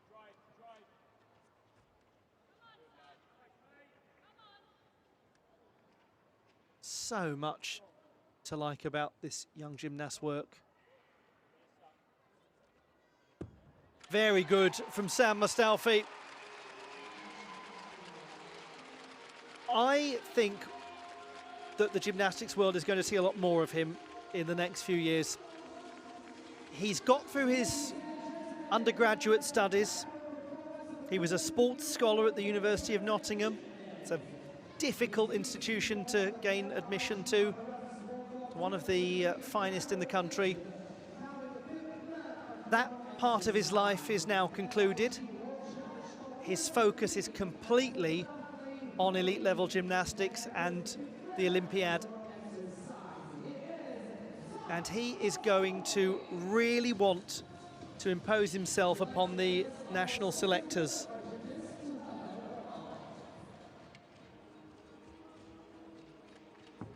He's going to be going full steam ahead to prove that there's a place for him in the teams.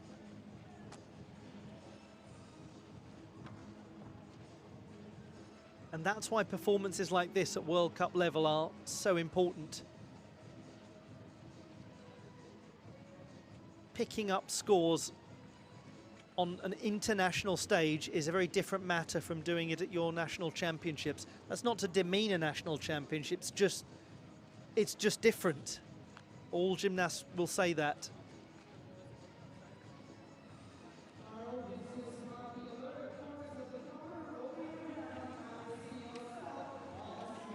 .233. He doesn't have huge difficulty, but it was a very clear performance from an execution perspective, and that puts him into 2nd place at the halfway stage.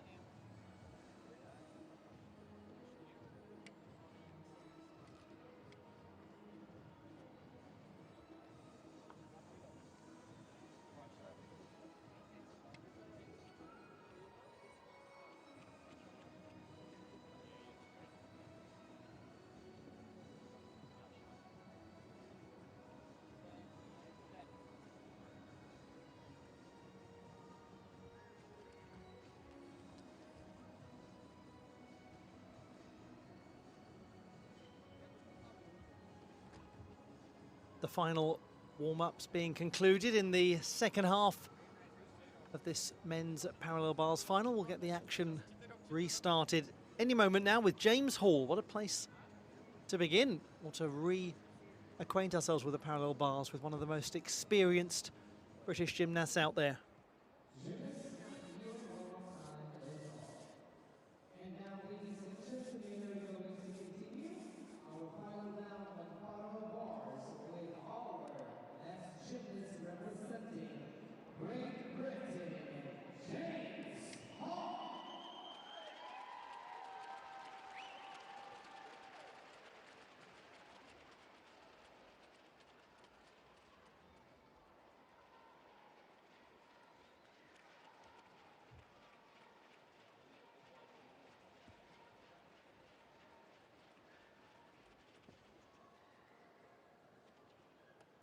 There's Art Cipponi assisting in the preparations.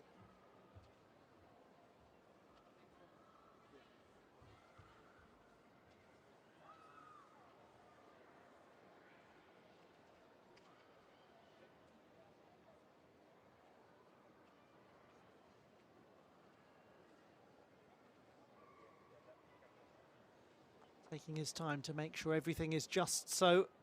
He's got the experience to know how important that is. James Hall from Great Britain, an Olympian, a hugely successful gymnast with world and European honours.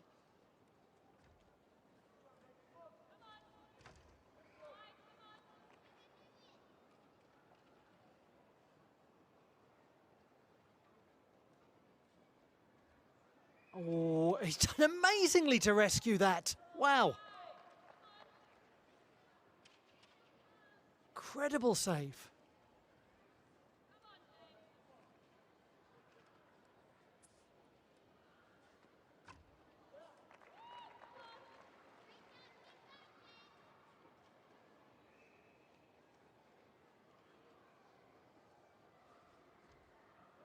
Again, just slightly overarched.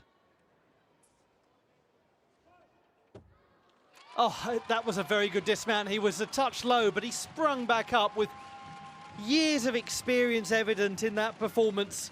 It's wonderful to see James Hall back in competition. We so seldom get to see him at World Cups. He did a lot of the old all-around World Cups back in the day. He won a bronze medal in Milwaukee in 2020.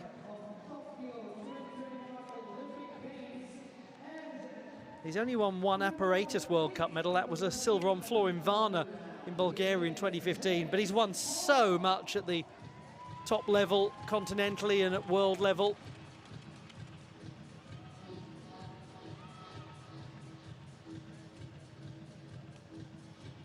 In qualification, he performed an uprise straddle salto with a half turn.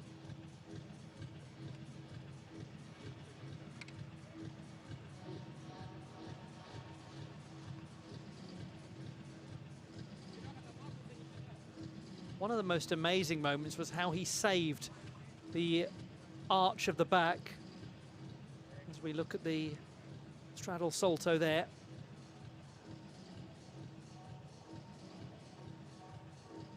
But as I was saying, that incredible overarch, I mean, something that feels appropriate to mention because the European Championships of Acrobatic Gymnastics are going on right as we speak. And that sort of static hold is very common in acrobatic gymnastics. It's far from desirable in artistic gymnastics, and he saved it and brought it back to a regular handstand incredibly well. I mean, I think 99 out of 100 gymnasts would be off the apparatus there.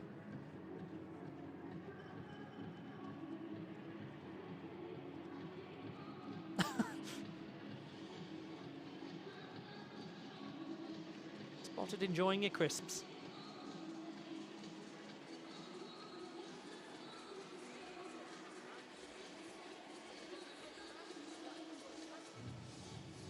Well, whoever you're supporting, great to have your company wherever in the world you call home for the Doha World Cup of Artistic Gymnastics. Cairo is the final stop in the World Cup tour, and that's coming up next week. Then we're into World Challenge Cup season. Varna and Koper in May. June is Tashkent. Also a lot of the continental championships happening around that sort of time. Paris and Sombate in September, and then it's destination Jakarta for the World Championships in October. Looking forward to it. I'm sure you are too.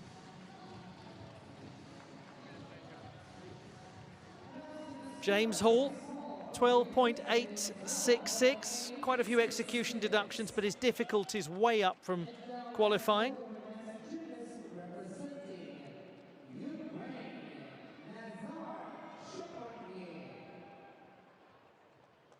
We have now the gymnast who was second in qualifying, Nazar Ciperni, with a score of 13.9. He was very close to Jesse Moore in qualification, but Moore has pulled away at the start of this final with a 14.1. So let's see how Ciperni responds. He won a silver medal on the parallel bars in the first World Cup of the season in Cottbus.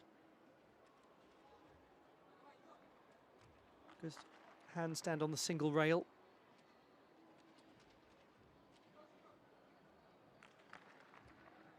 Very nice geometry. Cleanliness. Skills being delivered and hit first time of asking. First Bavzar, I think, that we've seen in this final.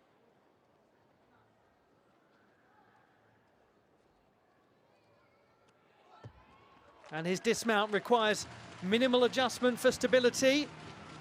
Execution in qualifying was a score of 8.3 for Nazar Ciperni.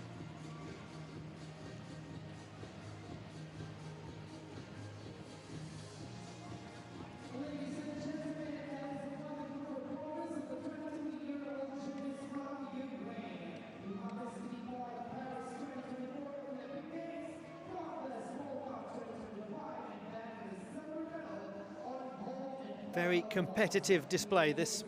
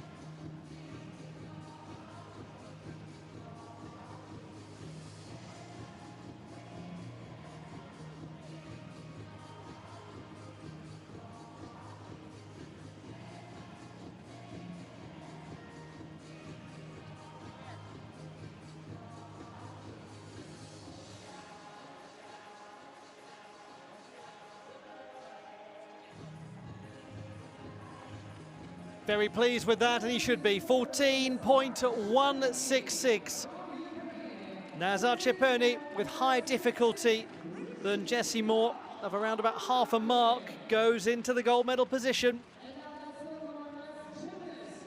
2 remain. It is Ciperni, then Moore, and Matteo Giubellini currently third.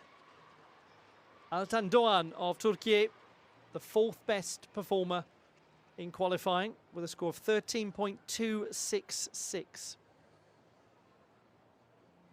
Just 19. He's from the Konak district of Izmir, like so many of the leading national team gymnasts.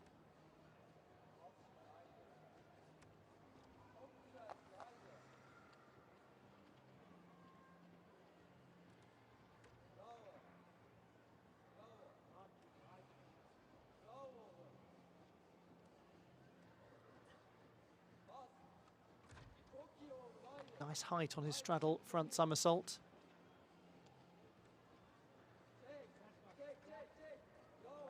Smooth looking Bavzar as well.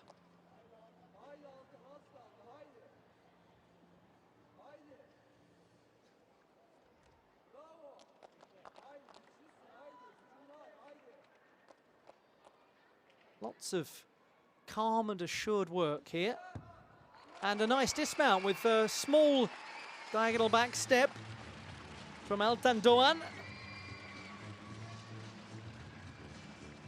A few years ago, he was the junior Balkan all-around champion, won it in Istanbul. And some of you may remember him from the parallel bars final at the Varna World Challenge Cup last year. Also made the final in Baku this year, finishing 6th as he did in Bulgaria.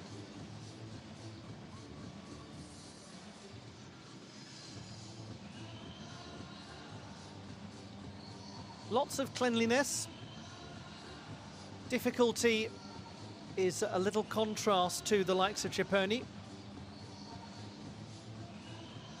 But you would always expect a young gymnast to be working to bolster difficulty rather than to be overperforming.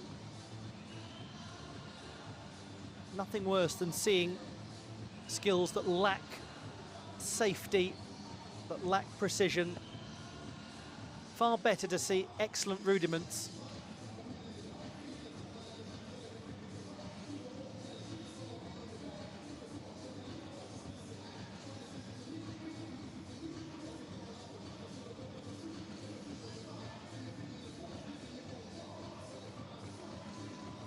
One more gymnast to go. And then we will have clarity on the podium.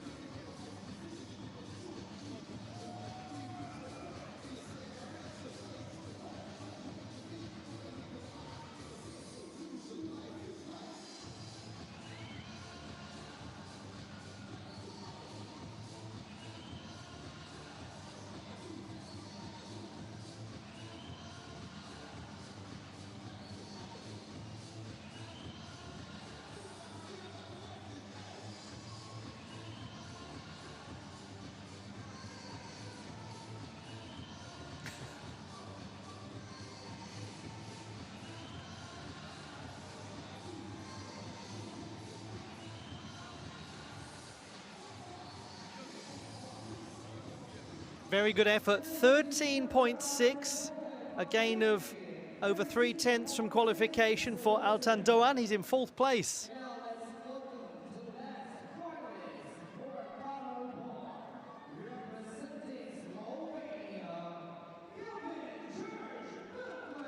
Kevin George Buckley from Slovenia, the 6th best in qualifying with a score of 12.8.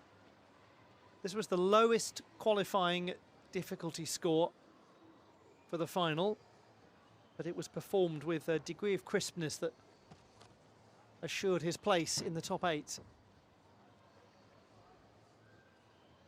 Very much the way that he went about winning the silver medal on rings at the Osijek World Challenge Cup last year.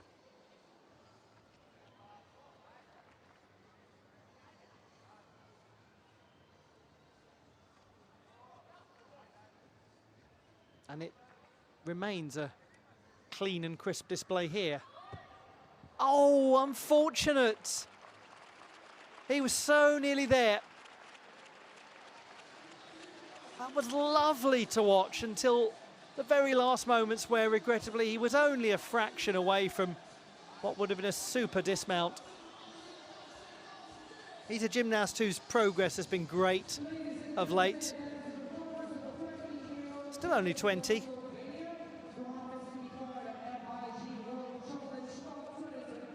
Father is from Ireland, his mother from Slovenia. Parents met in Slovenia and he was born and raised there, but every Christmas he goes back to Ireland. So feels a very strong connection to both nations, but very much raised in Slovenia. So for him it was an easy decision as to which country to represent.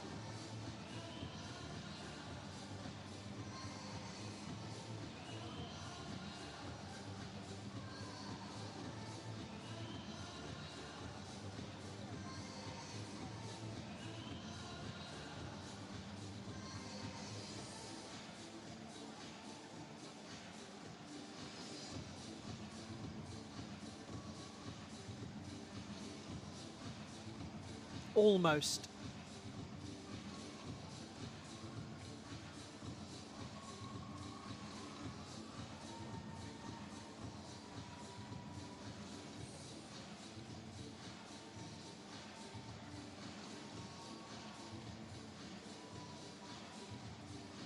The last score is about to come in.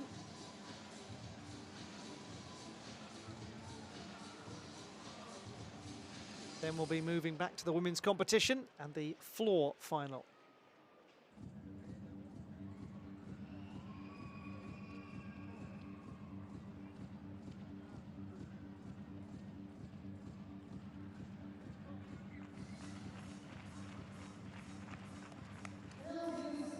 .166, the score for Kevin George Buckley, indicative of how high that score might have been when you consider that he lost a full mark at the conclusion, because that was only about 3/4 down from the preliminary round.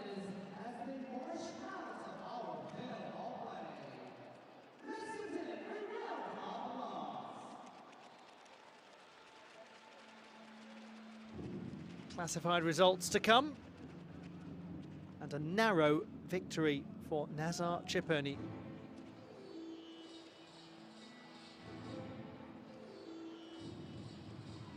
The classified results in the men's parallel bars competition.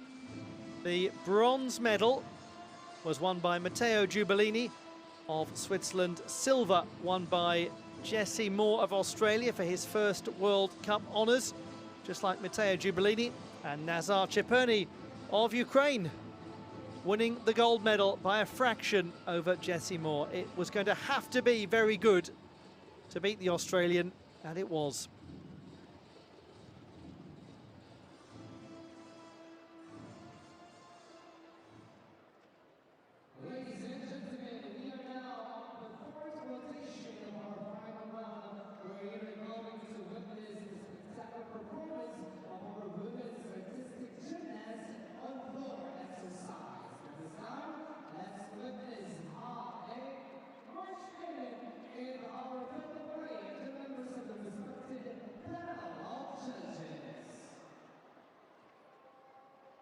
Next, we bring you the women's floor final at the Aspire Dome in Doha.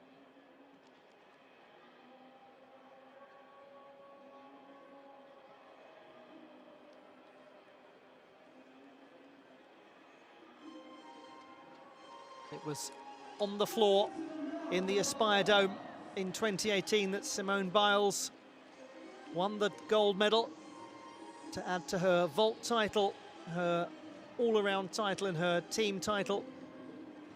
Just think about some of the memorable performances that we saw at that 2018 World Championships in the women's competition.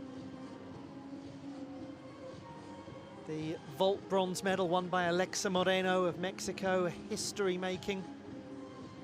Ana Padarario winning silver for Canada on beam. That remarkable uneven bars final with Nina Derwahl winning the gold medal. Ellie Seitz of Germany taking the bronze. The performances of Murakami Mai and of Morgan Hurd. Liu Tingting, the beam champion. It was a fascinating World Championships, and we return to this setting for the Doha World Cup.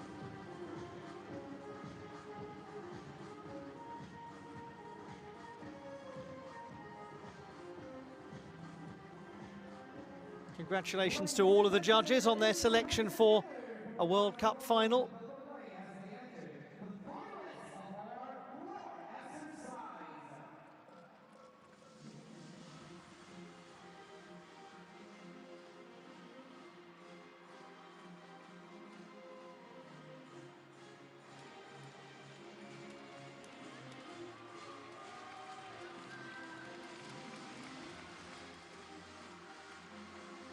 Here they are, the finalists in the women's floor competition.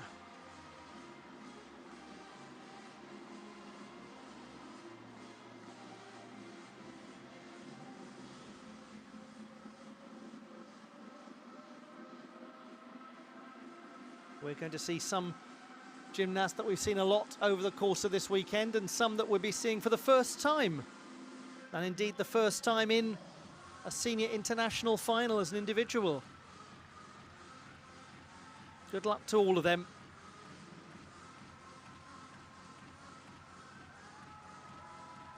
so many of the young fans are here for this exact moment to see the women's floor final. It's always one of the showpiece occasions in any gymnastics competition.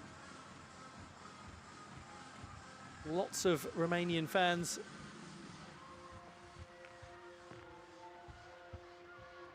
And they'll be watching the runner-up at the last European Championships on this apparatus.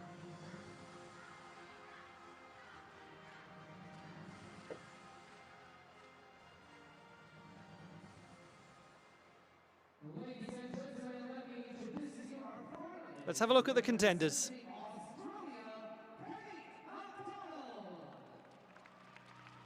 Kate McDonald of Australia, second best in qualifying, looking for a second medal of this weekend. Sabrina Maneka-Voinea of Romania, the top qualifier, no surprise there, and she had a lot of margin over the rest of the pack. Amber Ward of Hong Kong, China, eighth best in qualification. Medina Kampasova of Kazakhstan, the seventh best in qualifying. Odinahon Robijonova of Uzbekistan, sixth best in qualifying. First ever senior international final as an individual. Well done to her. Sara Petra of Hungary, fifth best in qualifying. Audrey Rousseau of Canada, already a medalist this weekend and the third best in qualification. And the Hungarian Greta Moya, who's had a really impressive weekend, looking for her third medal.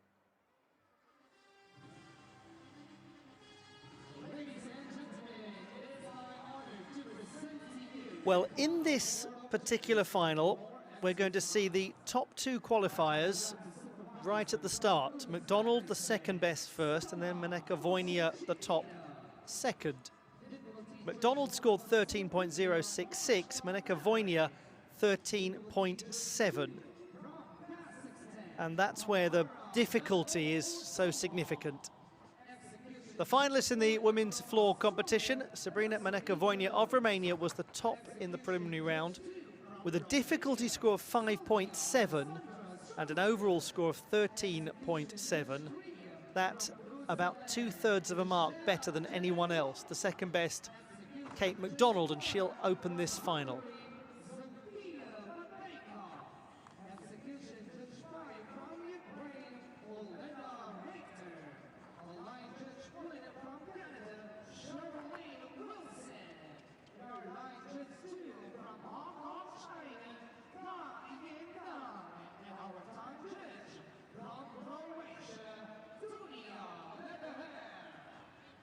We'll have a very good sense of how this final is likely to pan out after the first two have performed, especially after we've seen Maneka-Voinea, because difficulty-wise, it's going to be very hard for anyone to compete with her if she delivers a clean routine.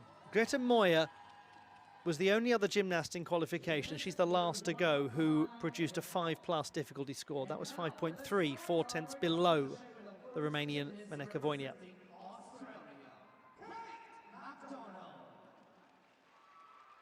Last moments of visualization and of muscle memory for Kate McDonald of Australia. She was the second best in qualifying, 13.066. It was a really good display in the preliminary round. It had the best execution of any of the qualifying finalists.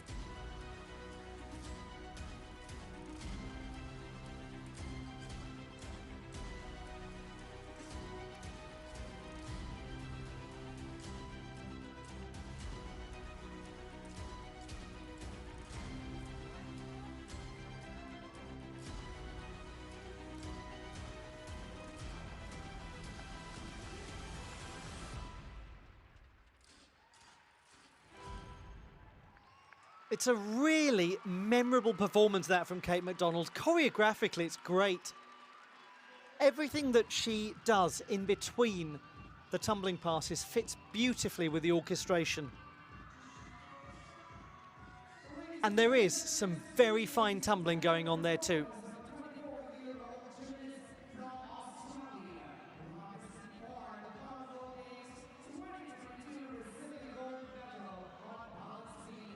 It's not just an example of high quality tumbling, it's got artistry.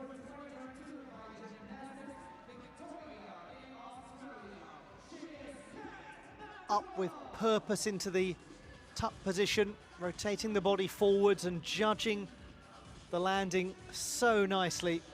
Only a minimal adjustment.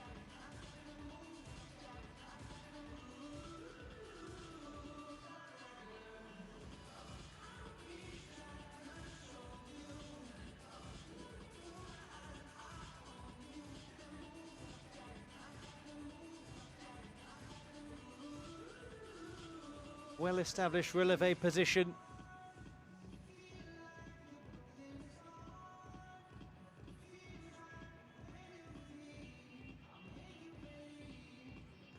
And then powerful twisting at the end. She does take a bit of an adjustment, but how quickly she almost makes that seem choreographic, gets back on with the performance.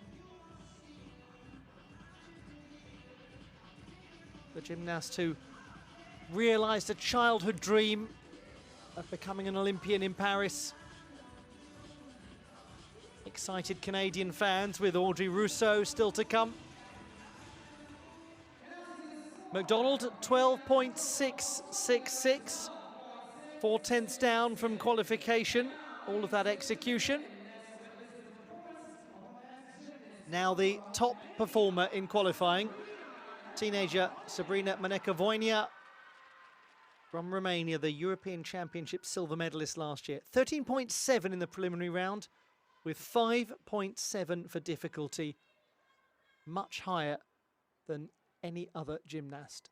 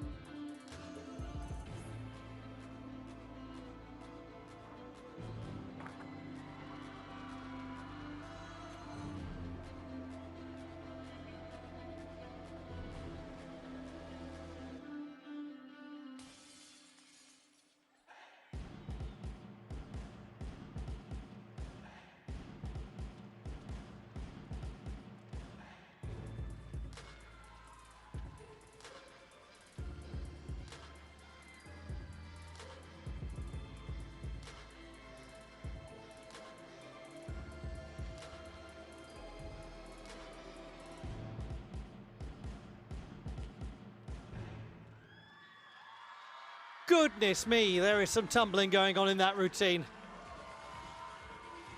Crikey. Sabrina Maneka-Voinea of Romania with enormous difficulty and with her fans loving every moment of it.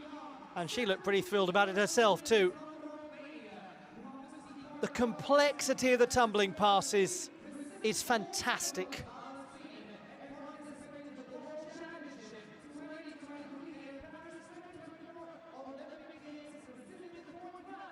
Well, let us have another look at this display from the gymnast who was in the floor final at the Olympic Games and at the last World Championships, as well as being twice on a European podium in this apparatus.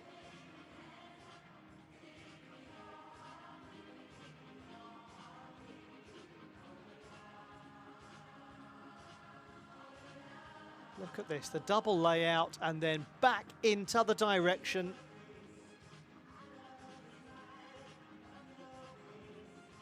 Goes some layout into the tuck position. Total change of momentum. Worked superbly.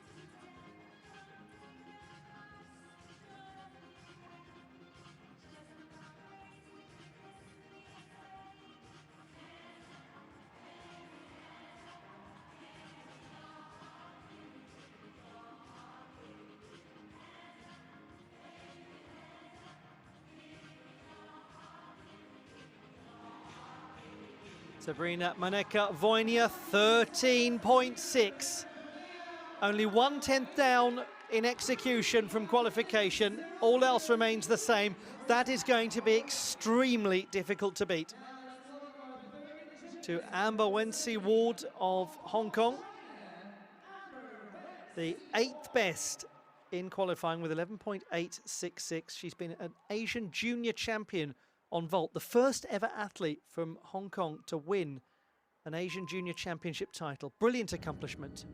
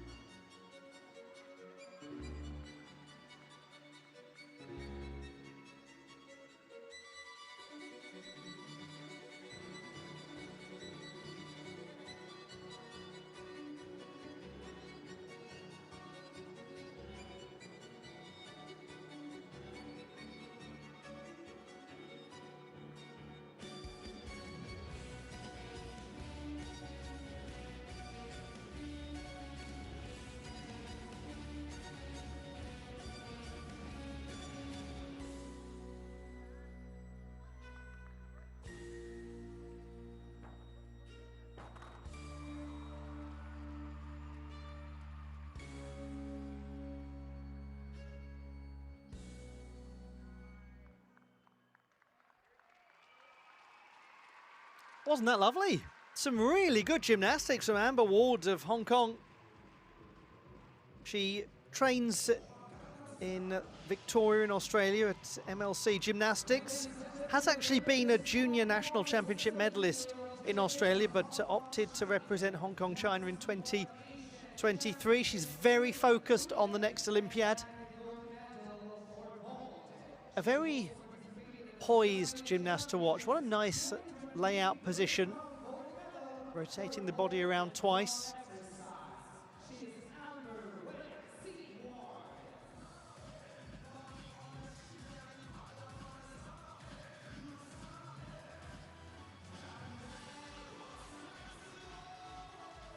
Very promising, this. Reason to be excited if you are a fan of the Hong Kong team.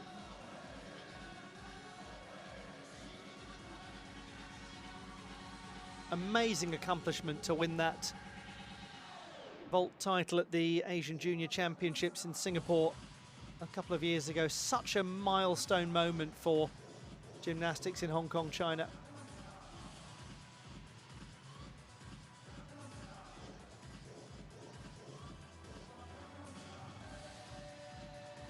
She had the lowest difficulty score of any of the qualifiers. But she's one of the younger ones in the field.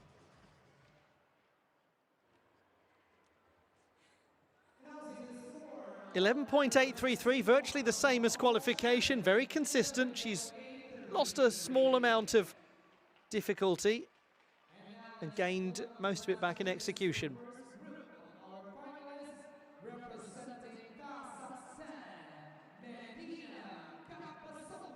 Medina Kambasova of Kazakhstan, the 7th best in qualification. She's made her senior international debut at this event.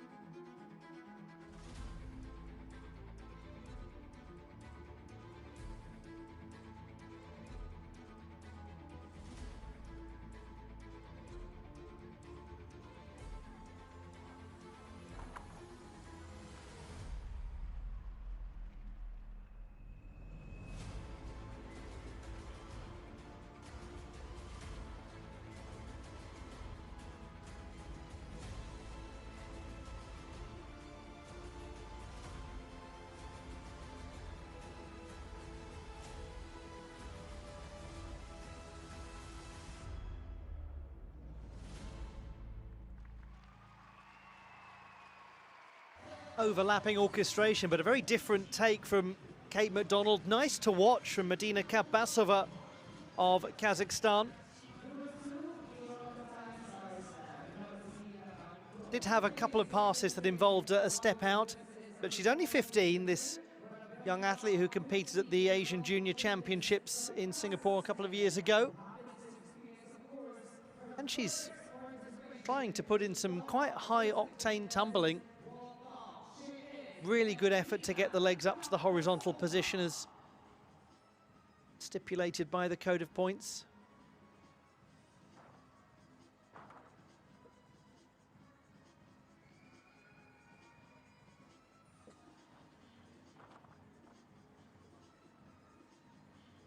Coming out of the twist position, one foot goes out.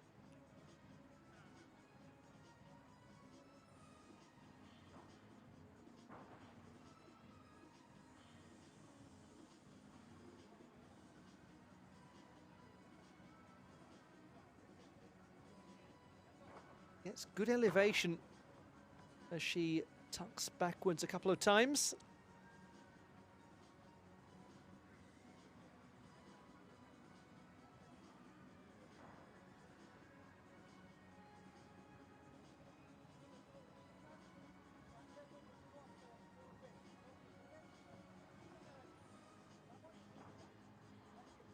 And again, it's the twist position that leads to going out of bounds, this time the foot going forwards. So there will be some penalty tenths to be accrued there by Medina Kambasova, but lots of really positive work from her in this debut World Cup competition. 11.966. She's actually improved her difficulty by 1/10, 2 penalty tenths. Otherwise, execution much the same. So overall, a drop of a single tenth. But good to see the difficulty push up.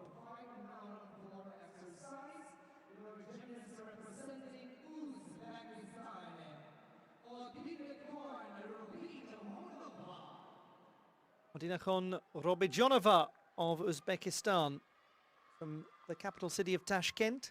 Her first ever senior international final as an individual. She was part of the team that won bronze at the Asian Championships last year.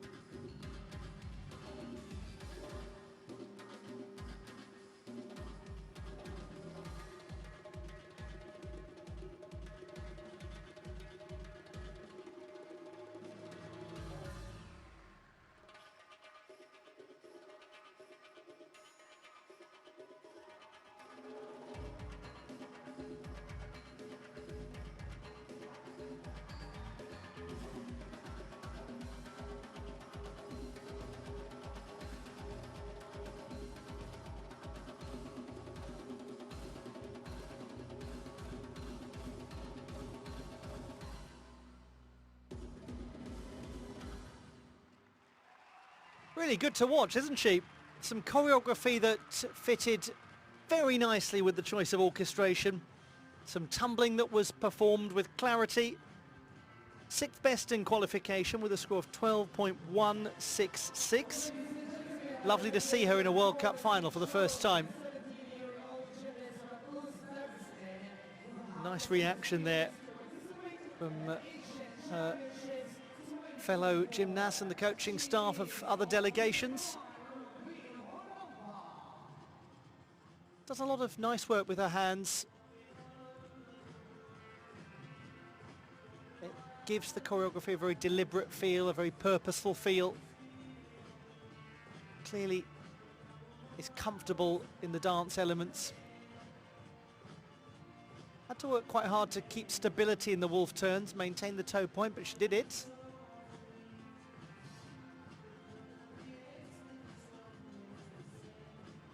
Loses perhaps a little of the ideal twisting clarity, but again she's well aligned as she comes back down to ground.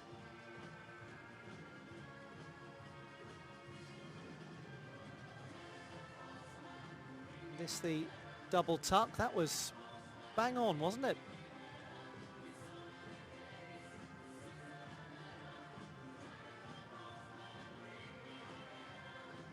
Great releve, she's right up on the front part of the foot. Again, that's more evidence of the dancing ability. Good back bend as she jumps.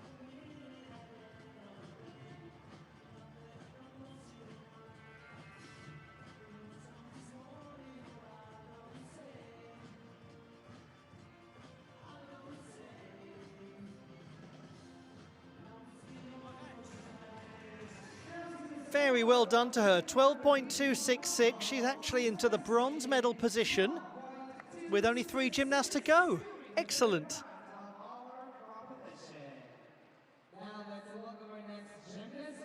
To the Hungarian Sharapeta, 5th best in qualifying with a score of 12.333.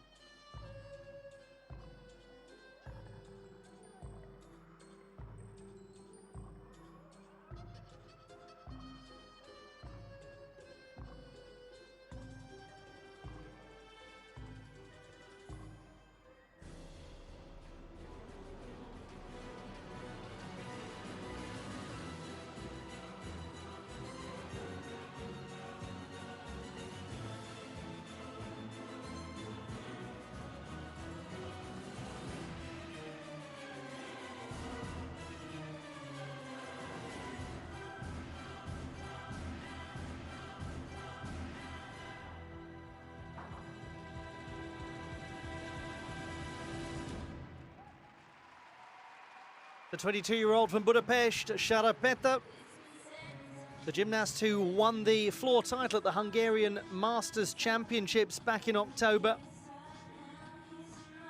Looking for what would be just a 2nd appearance on a World Cup podium and a 1st in this apparatus.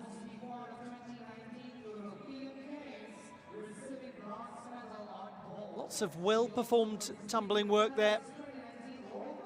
Difficulty, certainly competitive in this field. She had 0.1 of penalty marks in qualification.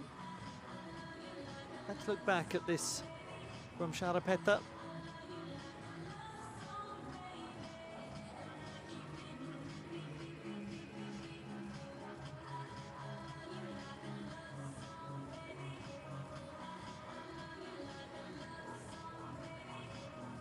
Double pike with a small backwards move.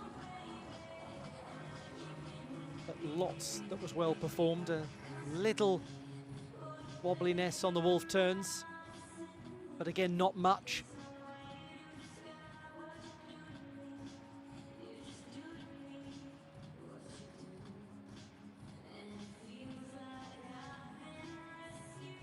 That the more sizable adjustment, as there was a slightly jarred landing out of the twists.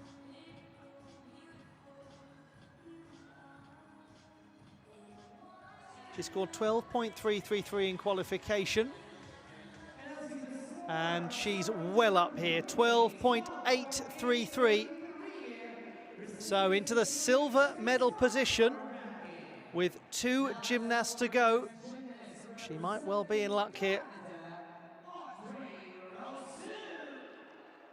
Audrey Rousseau of Canada, 3rd in qualification with a score of 12.9.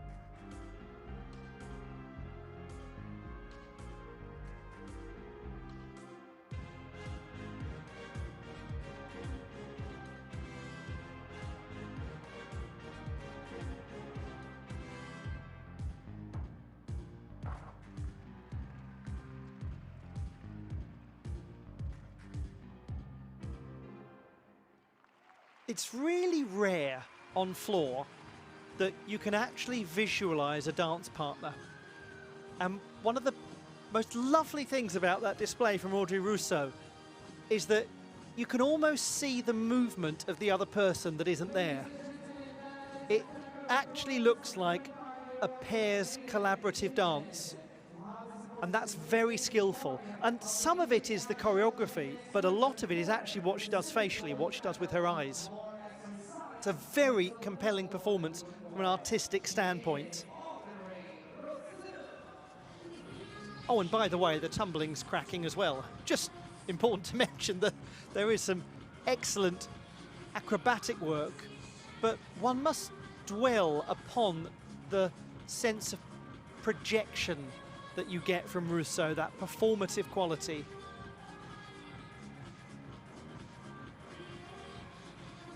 That really was delightful.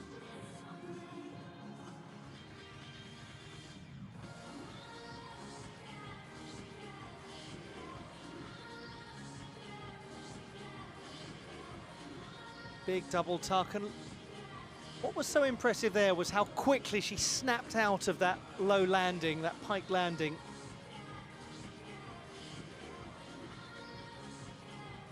This is nice, coming out into the stag jump and boom, back into the choreography to give the whole thing a cohesive feel.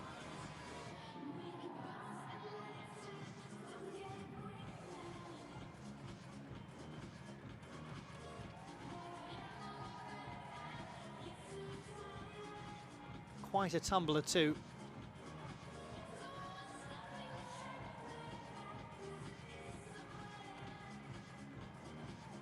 But I stand by my initial comment about it being possible almost to visualize the dance partner and to see that as a collaborative routine. That's rare and really nice. There we go, 12.833. She has gone into the silver medal position. She doesn't have the difficulty of Moneka Vojnia, but it was really artistic and really stylish.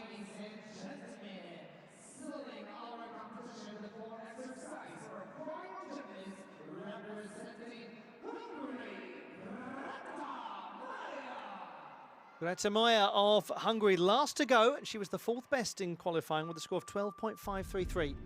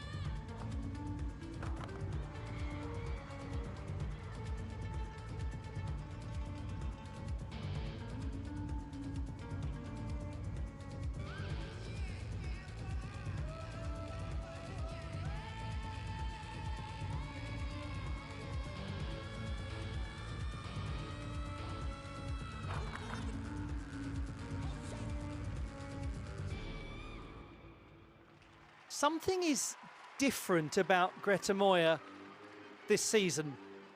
Something's changed in her over the last year or so. I'm not sure whether it's confidence, whether it's experience, whether it's poise, whether it's a mixture of all of the above. She looks like a gymnast who is really getting stronger and stronger, and that is so exciting.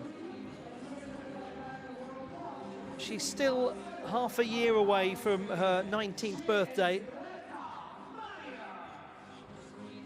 but one gets the sense of somebody who's going to play a bigger role in the Hungarian team as time goes on.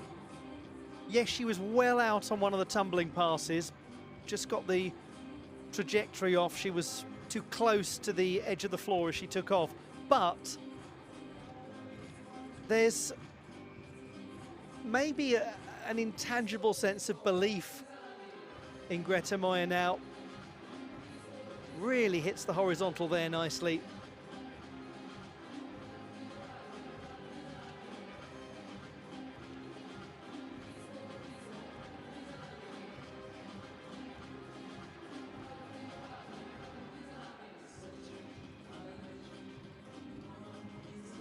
It's a very assured double layout, that spot on landing.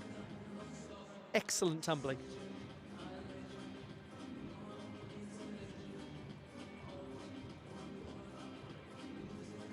And then putting in some twisting work in the tuck position, landing it well once more.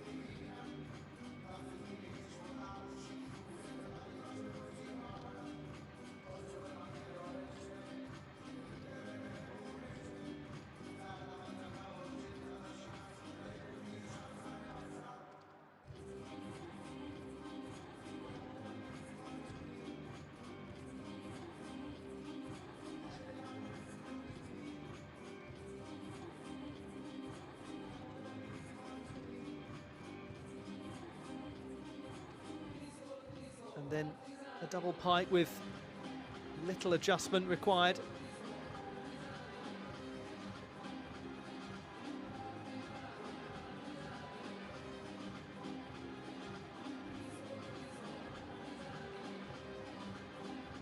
It's been such a pleasure to watch her over the course of this weekend.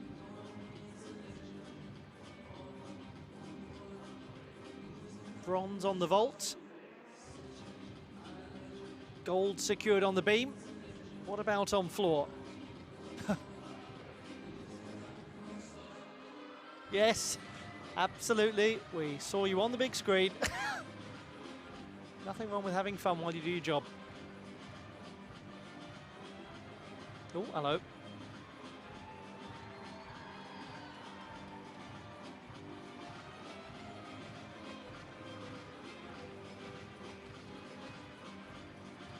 They've certainly had a lot of fun. They're going to have a bit more fun when the classified results are announced. Yeah, that's how admired she is. Other gymnasts wanting to get a photograph with her. And Medina Kabasova should be drinking in all of this, should be celebrating it, because she's made a senior international debut here, performing alongside gymnasts that she absolutely idolises.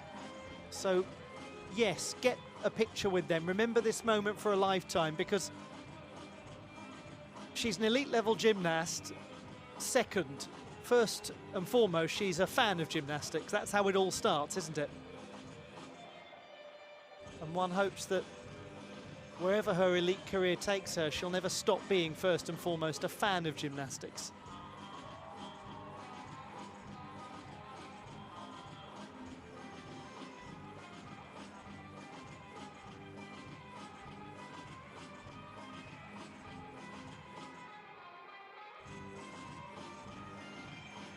It's been a very nice occasion for the crowd to enjoy at the Aspire Dome in Doha, and I hope you've enjoyed it too, wherever you happen to be watching from this weekend. I hope you've had a really enjoyable start to your Saturday, or maybe even conclusion to it, depending on the time zone. And just to let you know that there is more World Cup gymnastics action even to come this weekend. Tomorrow we'll see the Rhythmic Gymnastics World Cup in Baku take place. Qualification has been concluded there, so just the finals. And there'll be 4 individual apparatus finals and 2 group apparatus finals tomorrow.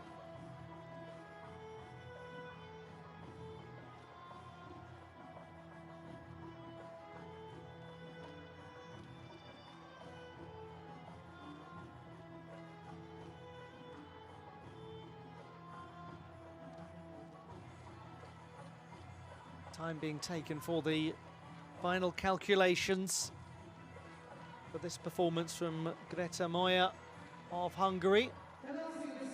It's 12.166, 3 penalty tenths, the key differential there for Greta Moya.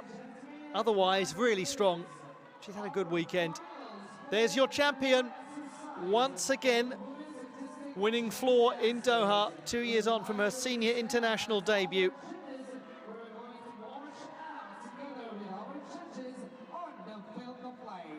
Let's give them a round of applause.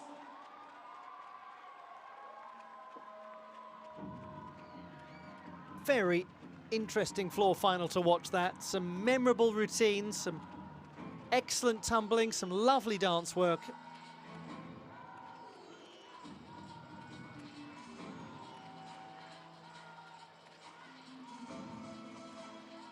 The classified results in the women's floor competition. Congratulations to Sara Petter of Hungary.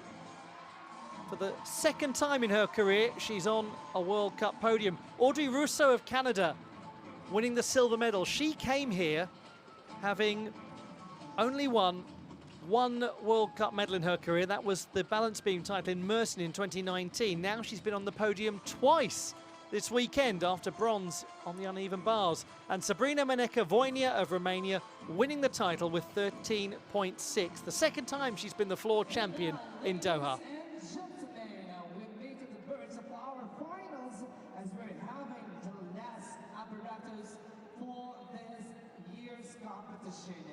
We need everyone, of course, your support for the greatest performance and given of our finalists for the best artistic gymnastics on a horizontal bar. Ladies and gentlemen, put your hands together. We'd like to welcome the respective members of our panel judges for our next apparatus as they march in our field of play.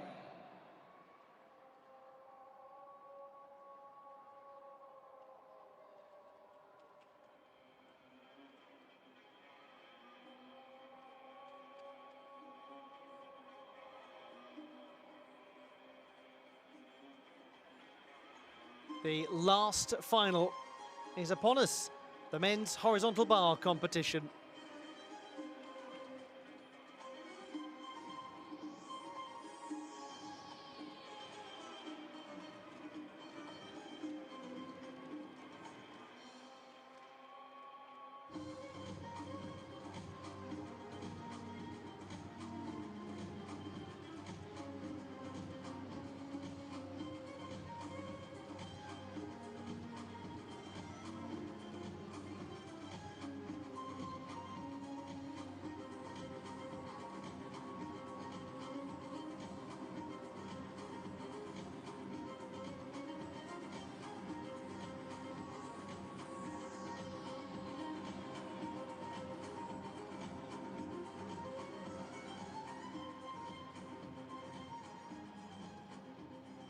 Ladies and gentlemen, put your hands together.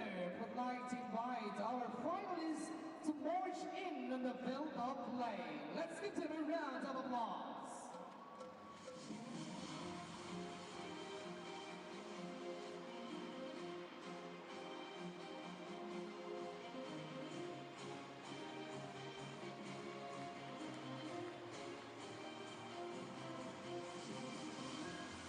Here they are, the finalists in the men's horizontal bar competition, the last event to take place at the World Cup in Doha.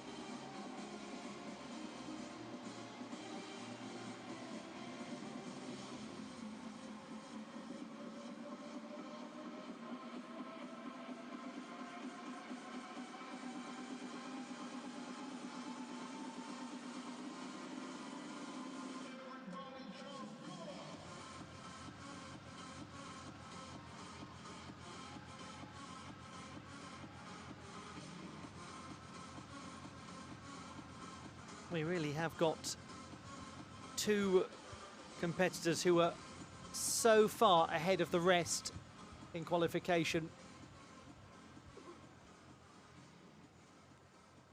Ladies and gentlemen, let me introduce to you our Let's have a look at the runners and riders. representing People's Republic of China, down here. Here's somebody who could push up from 8th in qualification, Tang Chi from the People's Republic of China, new to the World Cup circuit. Matteo Giubellini of Switzerland, 3rd in qualification with 12.433. Great Britain's Oakley Banks, new to finals action at World Cup level. Top qualifier Milad Karimi of Kazakhstan, a score of 14 for the Asian champion on horizontal bar. Vladislav Riko of Ukraine, 5th best in qualification. Someone with the potential to move up with his difficulty. Dilard Zavary, 6th best in qualifying, another who could move up with his difficulty score. Tang Xiaohong of Chinese Taipei, 14 in qualifying, same as Milad Karimi, but 1/10 lower in execution. And Jessie Moore of Australia, 4th best in the preliminary round.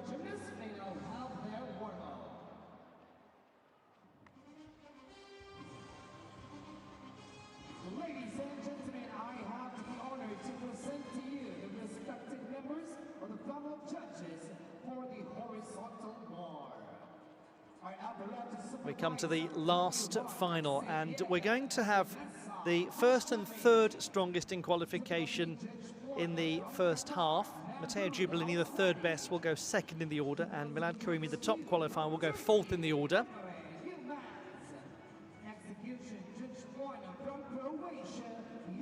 Milad Karimi won the title in Osijek. The finalists in the men's horizontal bar competition, top qualifier Milad Karimi of Kazakhstan will go 4th in the order and will look to make it 2 World Cup wins in a row after being victorious in Croatia very recently. What can Tang Xiaohong do? He will go 7th, the man from Chinese Taipei who won the bronze medal at the Olympic Games. Only separated by the execution tiebreak. Karimi 8.8, Tang 8.7, so very little providing daylight between the two of them.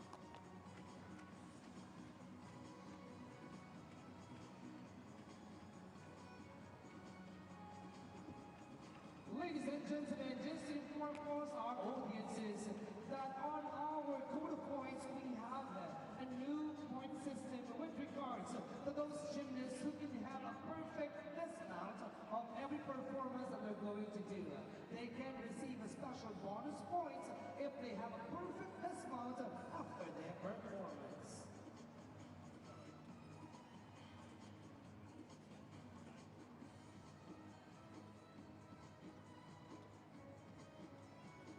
It's going to be nice to see Oakley Banks in this final, the teenager from Kent in the southeast of England.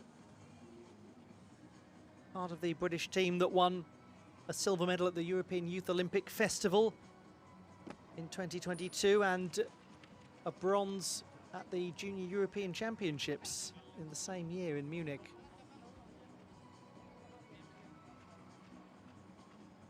He will go right before the top qualifier.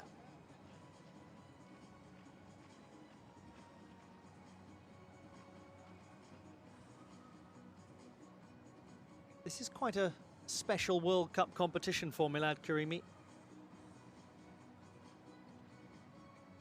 He made his international debut there at the age of 17 in March of 2017 when he won a silver medal on floor. Gymnasts, your warm-up time is up. That's the first half of the warm-ups concluded.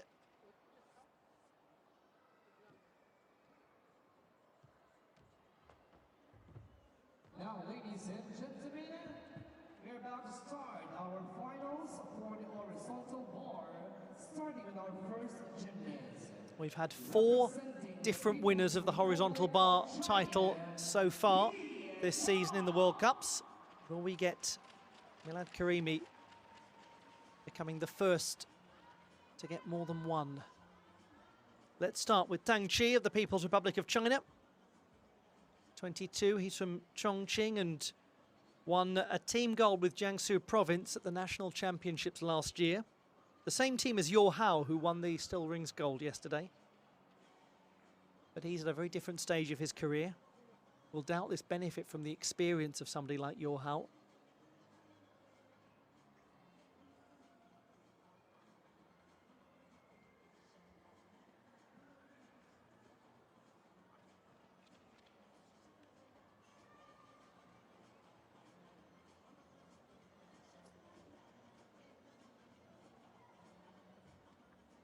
Eighth best in qualifying with 11.766. But he has the potential to score a lot higher.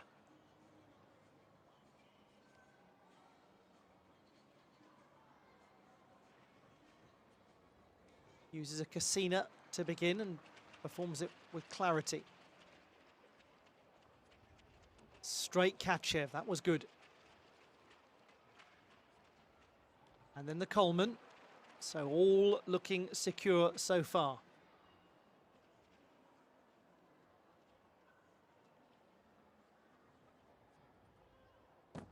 That will not look at all like his qualification score.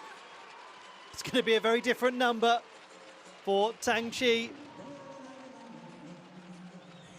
11 3/4 in the preliminary round. I don't think so here. 3 release moves, all performed neatly. Experience to be part of the WAG Apparatus World Cup 2024, qualifying OG 2024 Cup was Germany and receiving silver medal in the horizontal bar. He is Kia Ta.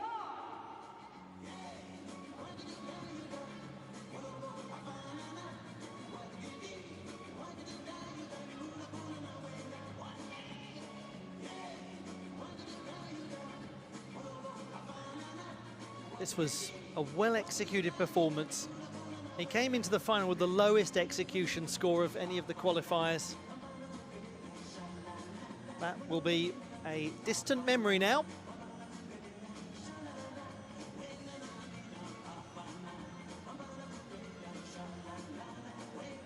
Wraps the arms in well to secure a clean-looking twist position at the end.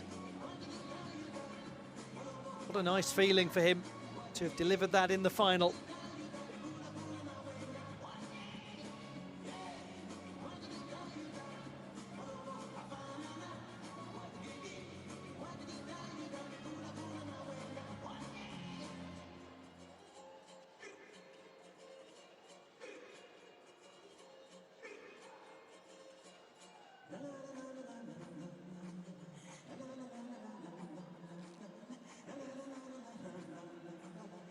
Yes, that's a fair old transformation. 14 for Tang Chi. He's completely in the picture now.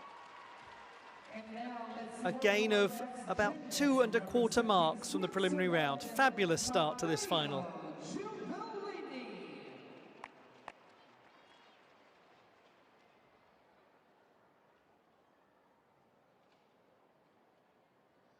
Switzerland's Matteo Giubellini, third best in qualifying with 12.433, but we've just had all of those numbers rendered unclear courtesy of Tang Chi's brilliant start.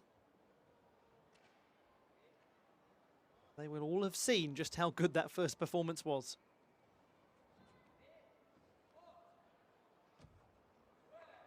He does very well. Clean looking work so far.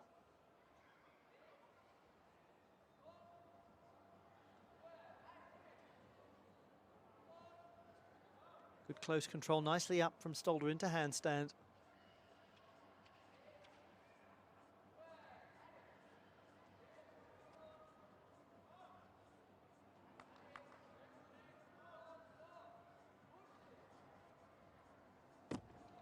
And he dismounts with a good degree of precision.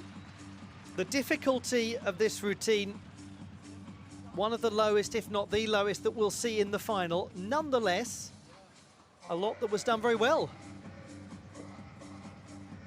It may be that with other improved performances in this final, he gets priced out of the market, but it won't be for want of clarity.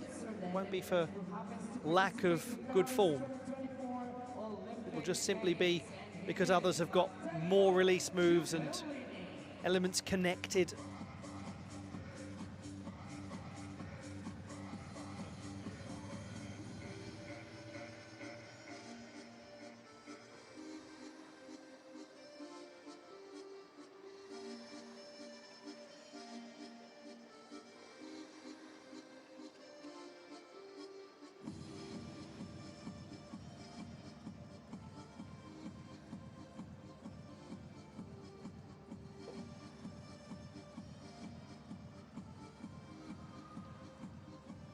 Reason to be really excited about the Giubellini brothers and the way that they're coming on in the sport as seniors.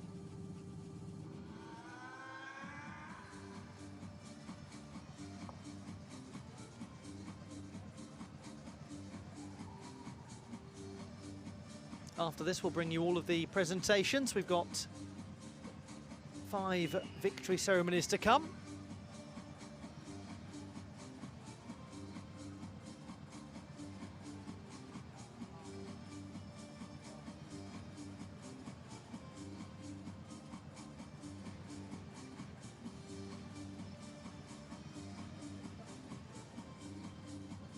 Taking a little while to calculate this score.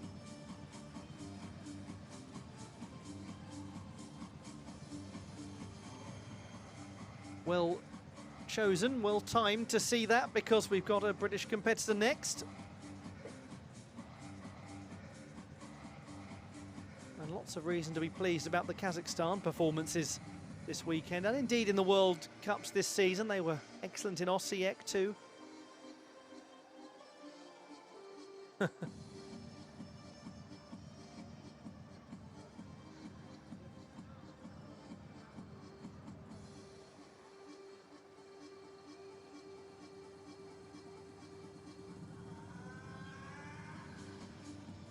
Nice moment for the young gymnast from Turkey as well in this World Cup. That excellent performance from Emirhan Kartan on vault will live in the memory.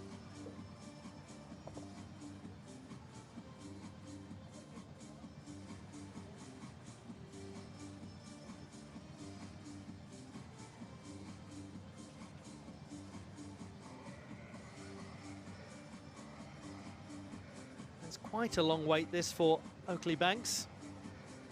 Well, more than quite a long wait.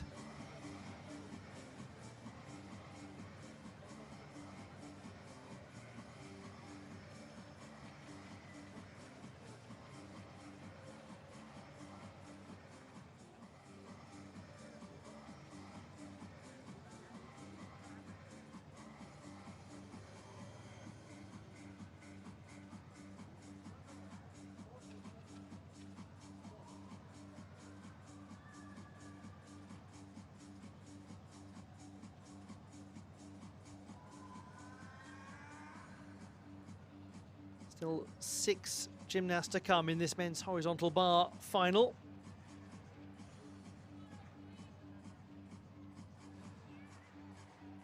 And there is the score, 13 for Matteo Giubellini. Good execution score, 8.3. And he does pick up a little difficulty from qualification. Next gymnast from Great Britain,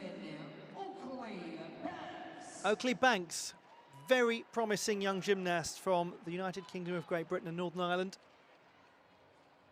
He's a youth coach at Pegasus Gymnastics, where he trains, based in Kent. And he's been a good part of some very successful junior teams in his career.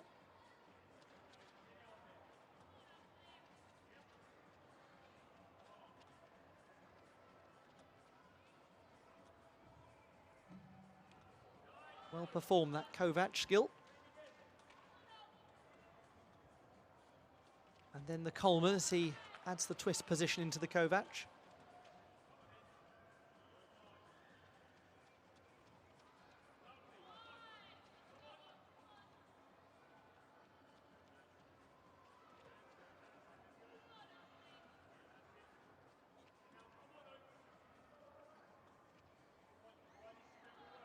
Nice routine to watch this.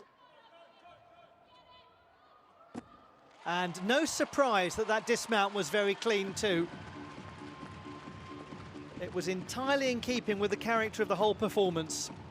That's a job really well done. A couple of really neat release moves. James Hall alongside him, congratulating him. That must mean a lot to have James Hall there to help out, to give guidance, to learn from him.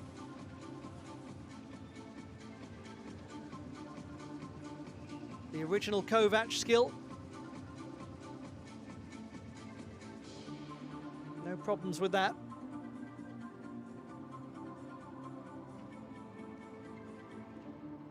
He then used the Coleman variation.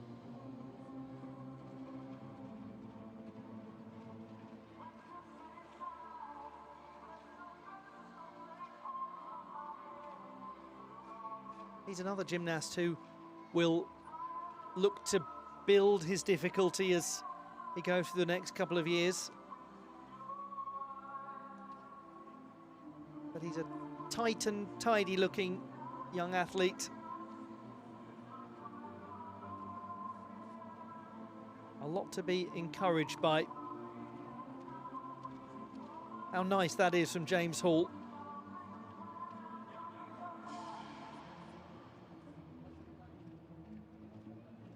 Hall understands how important it is to have the support of your teammates. He's been that chap in the British team for so many years that brings everyone together, that is a friend to the athletes as well as being a teammate to them.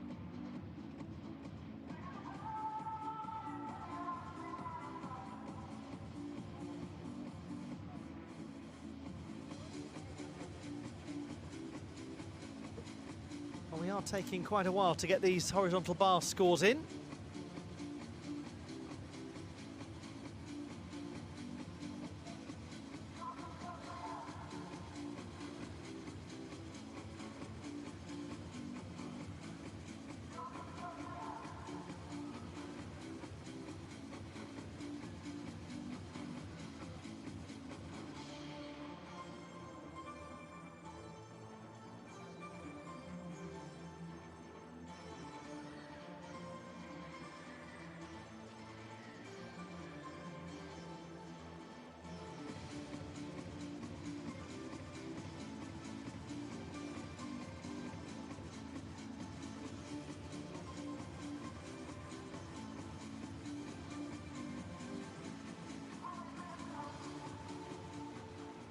.9, excellent improvement for Oakley Banks.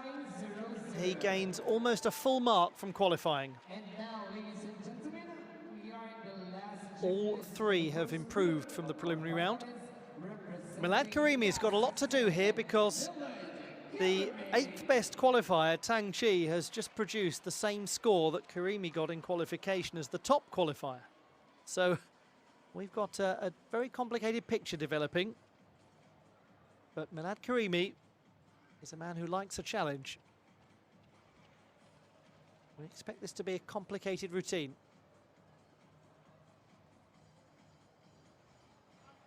And it's the twisting work that is so important to his difficulty. Look at that power going into the Cassina. And into the Coleman.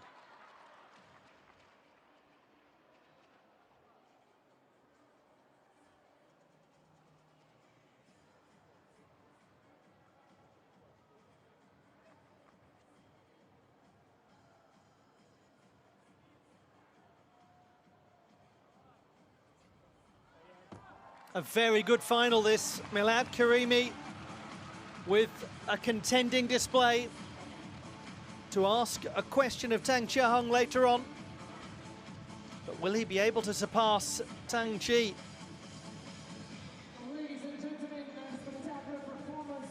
In the setting of his senior international debut all those years ago,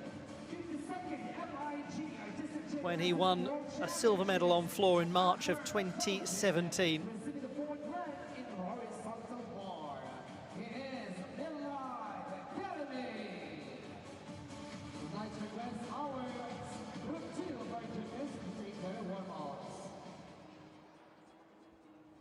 There is a lot of extremely good gymnastics going on in Kazakhstan.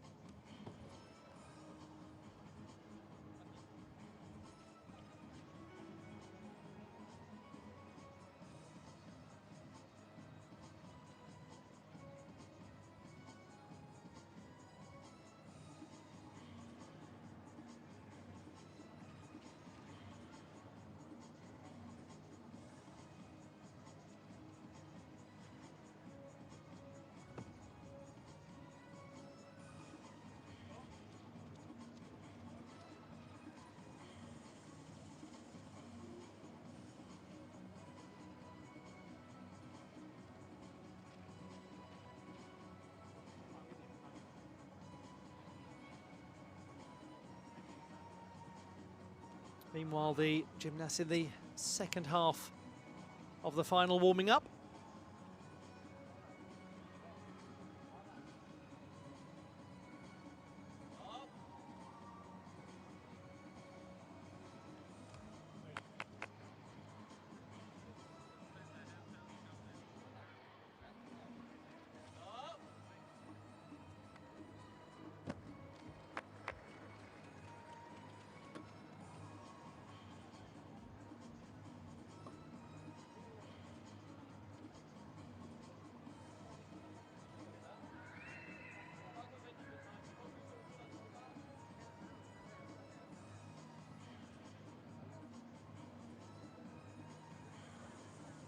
Again, quite a delay as the calculations are being made.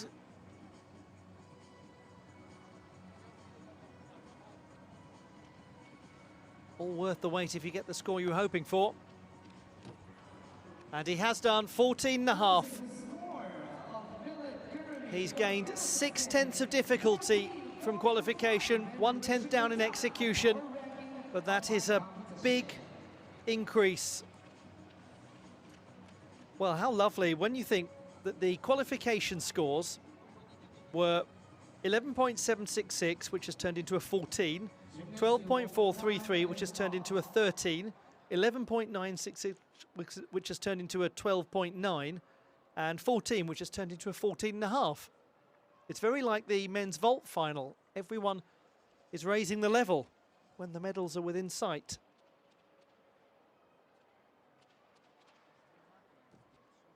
Ladies and gentlemen, let's continue our final competition on horizontal bar with our gymnast representing Ukraine, Vladislav.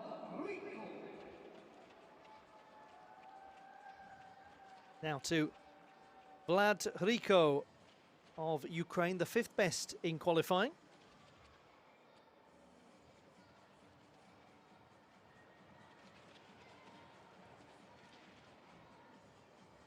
Gymnast who has done wonderfully to keep on the international scene despite having an appalling period of injury several years ago.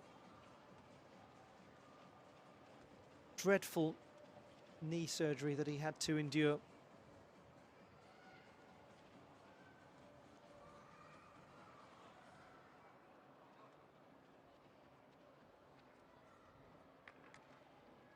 Now, so far so good. What about this release move? There's his Casina.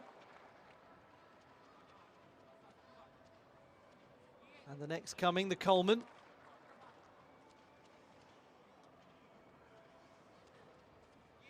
And the straight Kachev.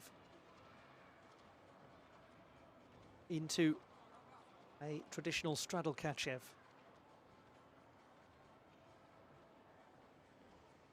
And into the dismount. Oh, very stable. That was great. Entirely justified big celebration as Milad Karimi beams from the sidelines. That was very nice gymnastics from Vladislav Rico. The Olympian from Rio de Janeiro. He's been around a long time. And even before that, twice a Youth Olympic Games medalist.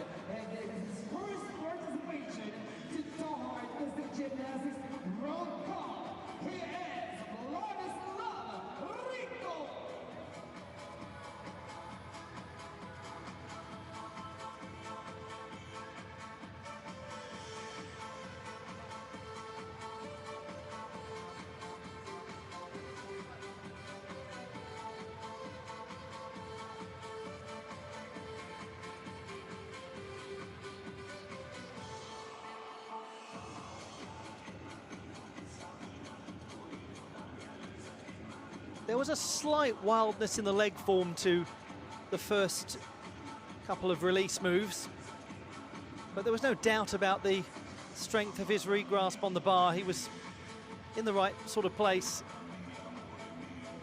And the dismount, well, that was really extremely clean.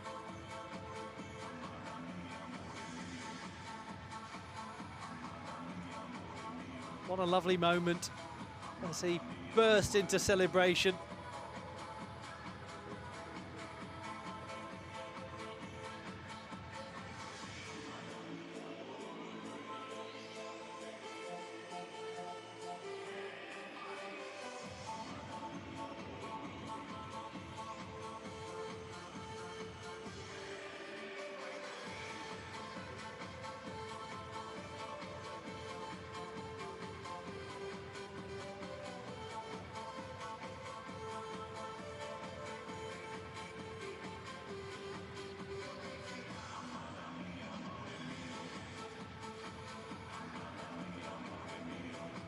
Still 3 more performances to come.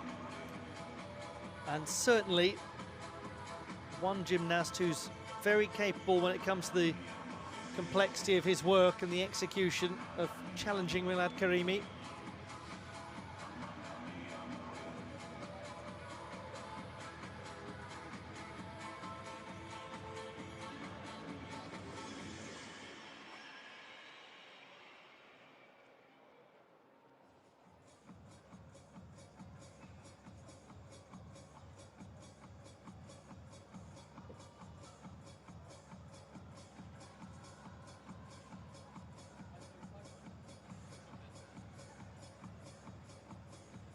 .4.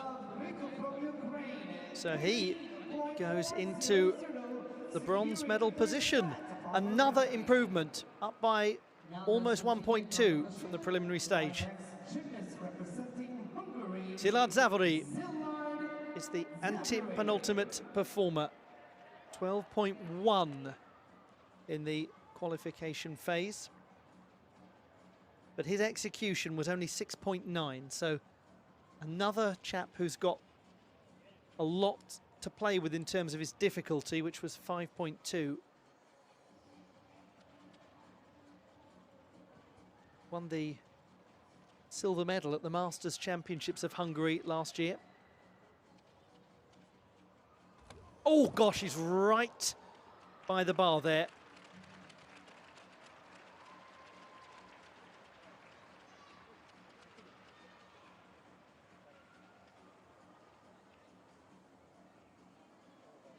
Well, I hope everything is okay. That looked like a jarring connection. We'll just give the coach and athlete time to make an assessment here.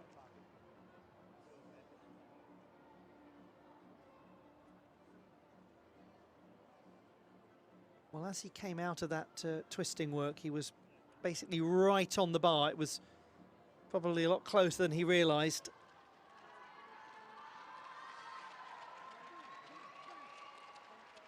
And it's vital in a situation like this that plenty of time be given to the medical team. Most important thing is that the athlete just remain where they are and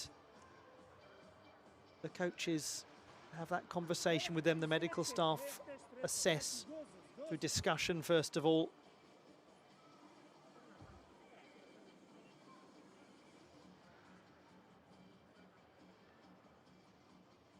Anything that involves the athlete taking something that looks like a blow to the head obviously has to follow certain protocols for good reason.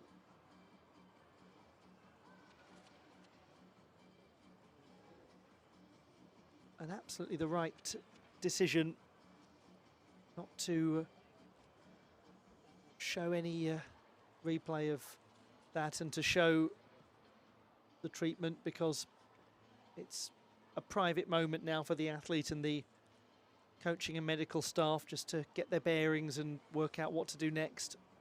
We'll have a look back at some of the actions so far.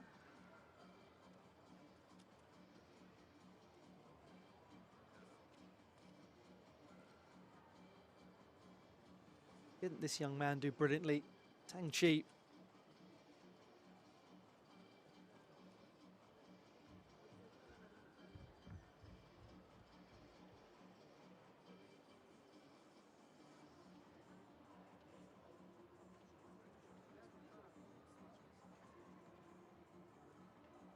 After that, we saw Matteo Giubellini.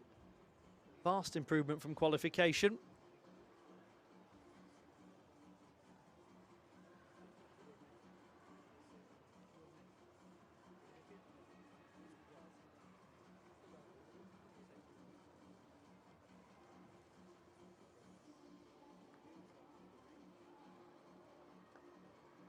And another real step up from the preliminary round, Oakley Banks.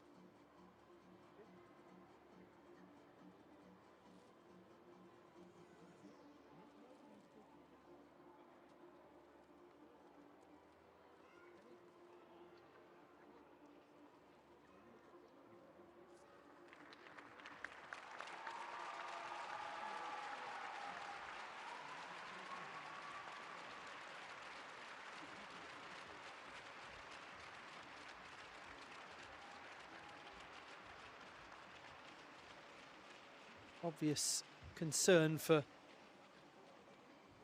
Tilal Zavri, the Hungarian delegation watching on, and he's being safely escorted from the field of play. He's on his feet, which is a positive thing.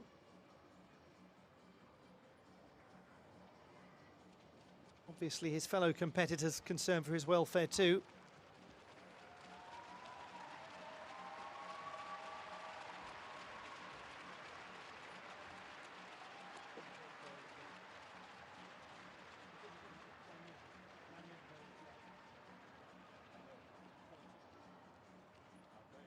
Well, that was an unfortunate moment for young Zilad Zavri. Just came right down on the apparatus. And rightly not continuing. Good to see that the routine was curtailed, that he didn't get back up on the apparatus. We move to Tang Chia-hung of Chinese Taipei, the second best performer in qualification with a score of 14. The same as Milad Karimi, just 1/10 between them on the execution tiebreak. But Karimi has now gone a lot further by half a mark. So we're going to see what the Olympic bronze medalist on this apparatus can now do.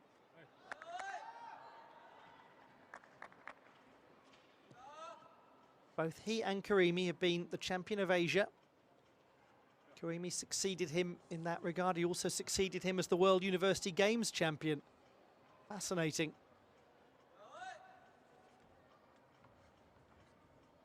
Beautiful. Really good clearance as he twisted round. It's Cassina. Nicely performed.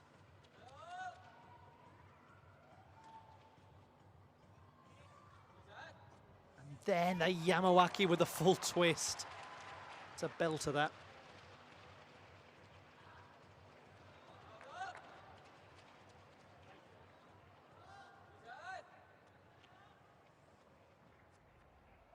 Oh, yes, what amplitude. Well, it just about stayed on his feet. Triple rotation.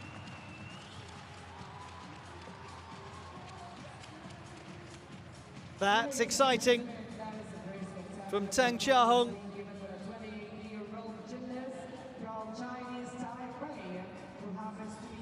The king of cats. Managing to land on his feet, as cats tend to do. Just about, though. It was a tough little dismount after a big sequence of rotations. Amazing to be able to get your bearings back twisting like that. Extraordinary skill.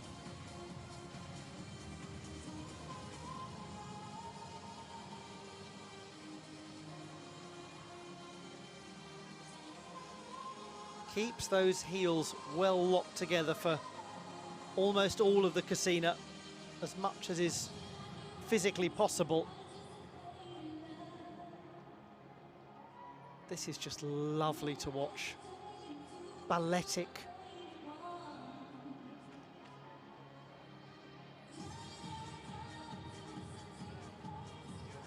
And then here we go.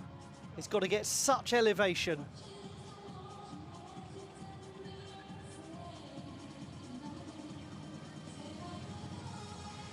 There will be a lot to come off the score, obviously, for the end of that.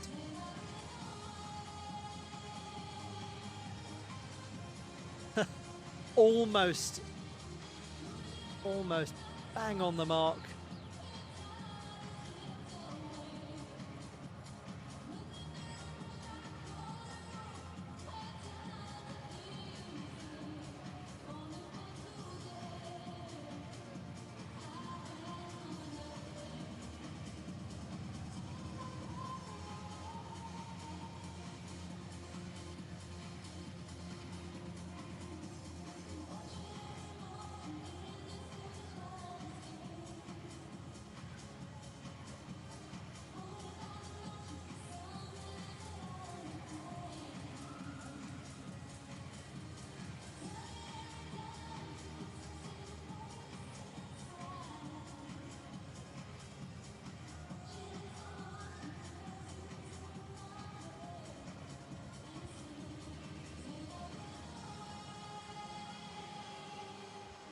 .4, but have a look at that difficulty, 6.5.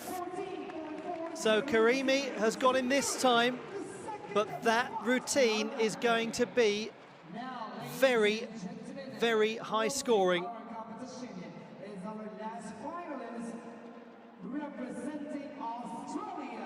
We move now to the last gymnast of this weekend of finals action. A young man who made it onto the podium in the parallel bars final. Now he comes into the horizontal bar final as the 4th best in qualifying. Good luck to Jesse Moore on this really significant weekend in his career.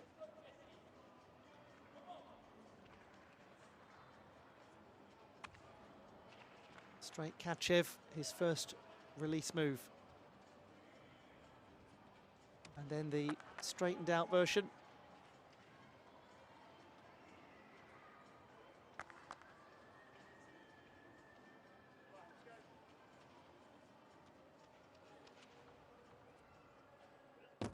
Well, that's a very good dismount from Moore and a very good performance.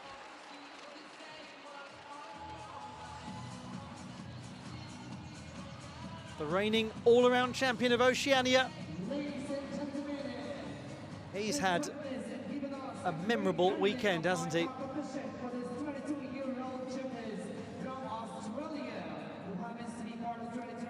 competed at the Commonwealth Games in Birmingham. Couldn't get the whole way through the all-around final due to a shoulder issue.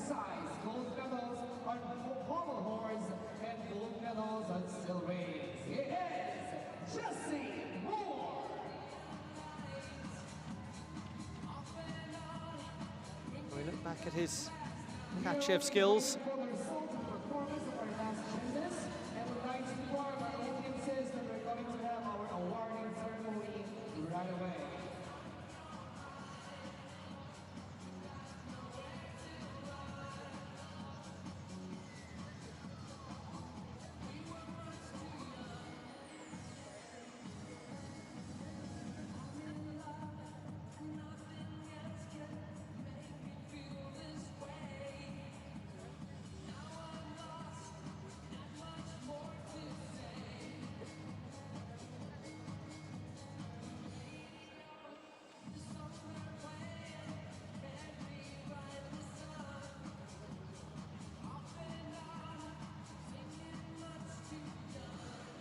The last score to come in, Australia's Jessie Moore.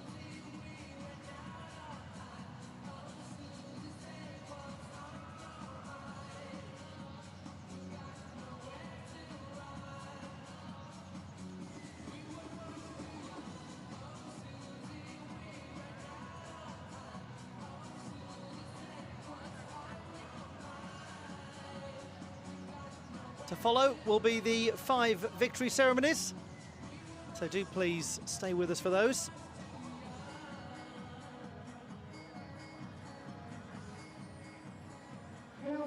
Jessie Moore, 13.366. He gains 1.1 from qualifying to finish 5th. Very well done to him. What an exciting horizontal bar final that was. The whole tone was set by that young man. The classified results in the men's horizontal bar final at the Doha World Cup. Bronze to Tang Chi of the People's Republic of China, silver to Tang Chiahong of Chinese Taipei, and gold to Kazakhstan's Milad Karimi by just a 1/10 of a mark.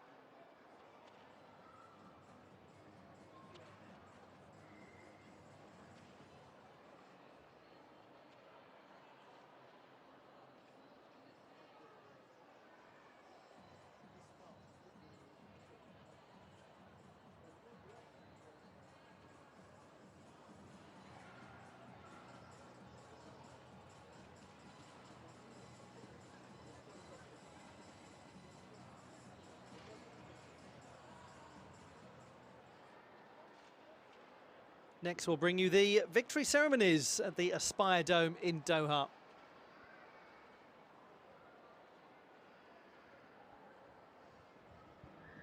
Ladies and gentlemen, we have an inquiry for our last gymnast, Jessie Moore from Australia. Now we have got an inquiry in progress.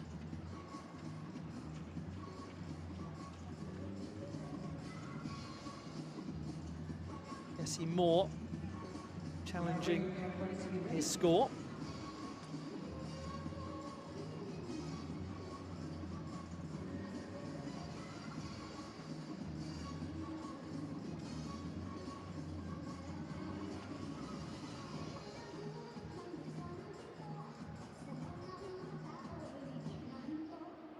There would need to be a very big change to Jessie Moore's score in order for the medals to be different, but worth challenging it if he feels the difficulty's not been correctly calculated.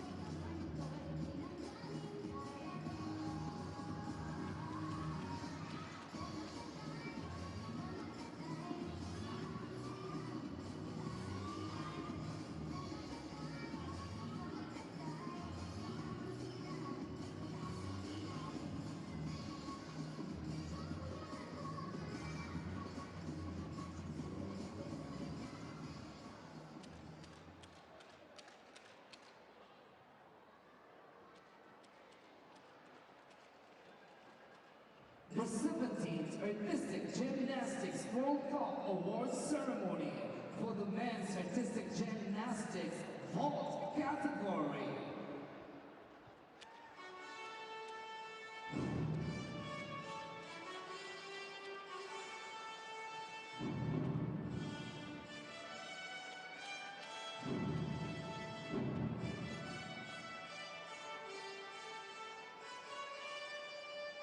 The award ceremony for the men's vault competition at the Doha World Cup of Artistic Gymnastics.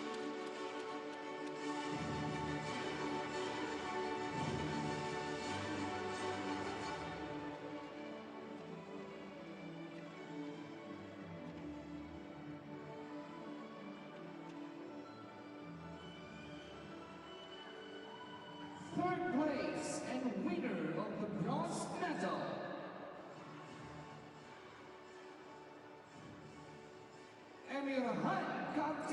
from Turkey.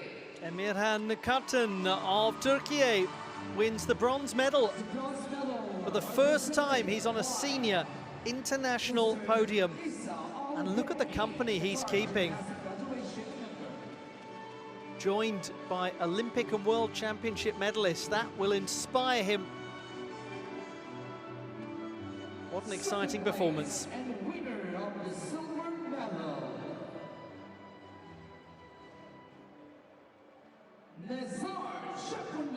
from Ukraine. Nazar Chepernyi of Ukraine, the winner of the silver medal in what was a really compelling vault final with such a high standard of performance.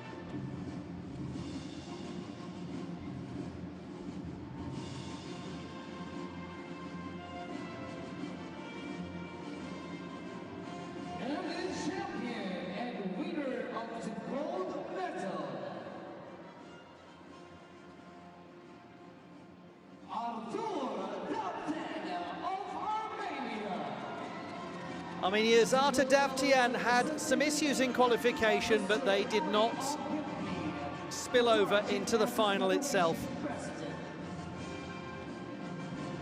From third in the preliminary stage to the winner.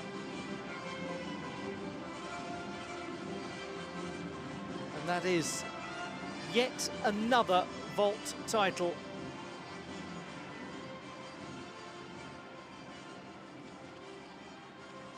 Ladies and gentlemen, please all stand for the singing of the national anthem of Armenia.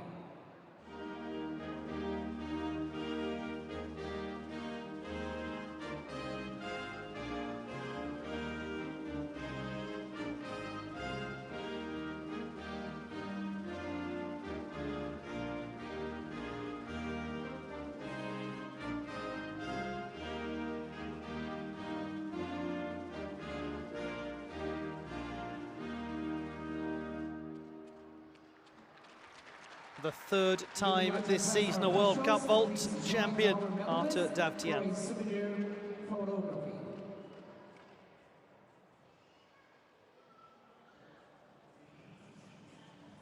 The medalists in the men's vault competition at the Doha World Cup.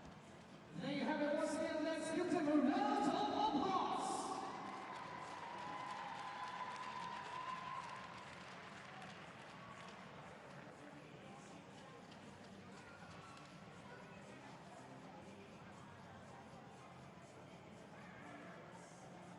we remind ourselves of how it was that Arta Davtyan secured the title. The 17th Artistic Gymnastics World Cup Awards Ceremony for the Women's Artistic Gymnastics Balance Beam category.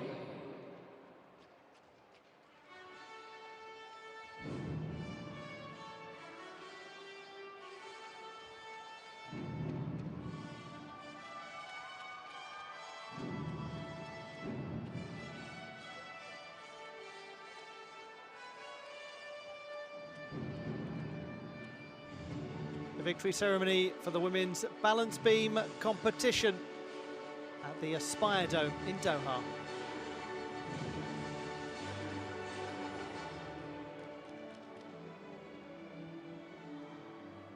Third place and the winner of the bronze medal,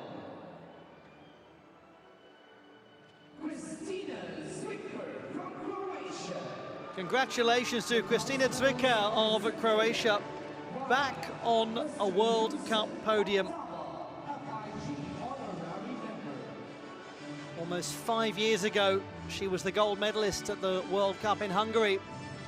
Now, she returns, this specialist on the beam, showing us all why. Second place and the winner of the silver medal,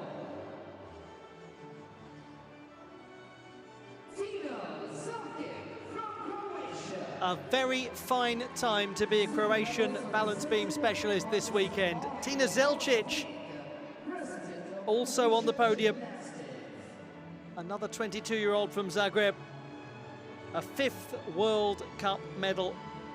A second place finish. And the champion and winner of the gold medal, from Hungary. Splendid weekend this for Greta Meyer of Hungary. The winner of the bronze medal in the vaulting competition, and now she is the champion on beam. She finished 3rd at the Azerbaijan World Cup, but she's just won the first World Cup gold medal of her career, having been a World Challenge Cup champion in 2023.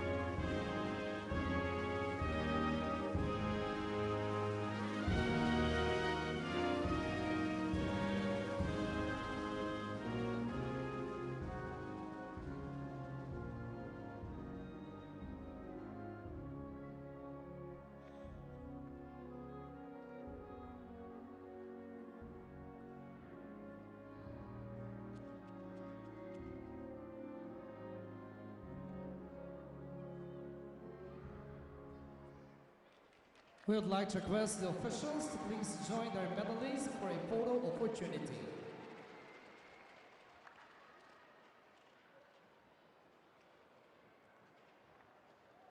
And there they are, the medalists in the women's balance beam competition at the Doha World Cup.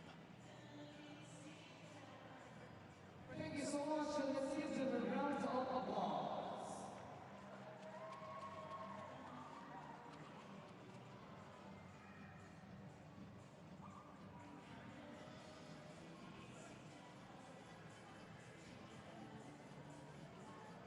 And we look back at some of the finest moments of this final.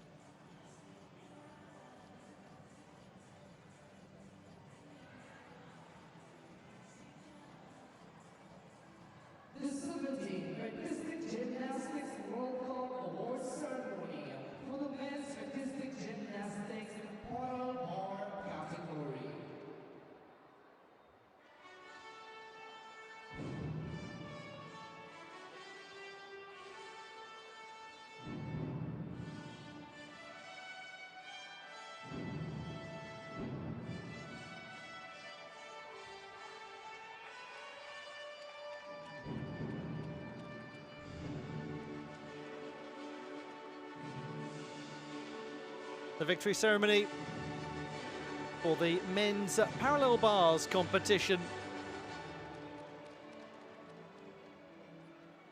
Third place and winner of the bronze medal, Matteo Giubellini of Switzerland. Winning the bronze medal, Switzerland's Matteo Giubellini for the first time on a World Cup podium.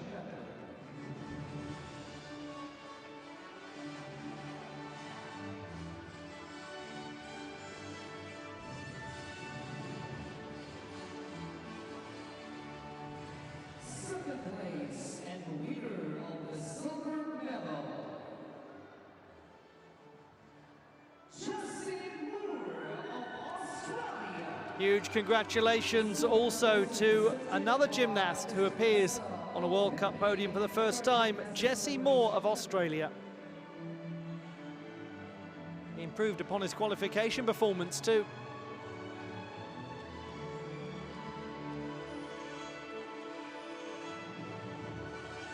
And the champion and the winner of the gold medal,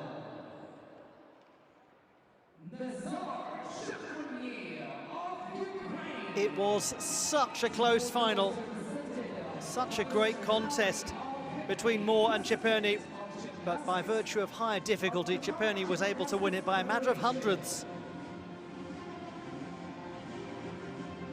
He won the silver medal on the parallel bars at the Cottbus World Cup, his first competition since the Olympic Games. Now he wins a parallel bars title in Doha. For the singing of the national anthem of Ukraine.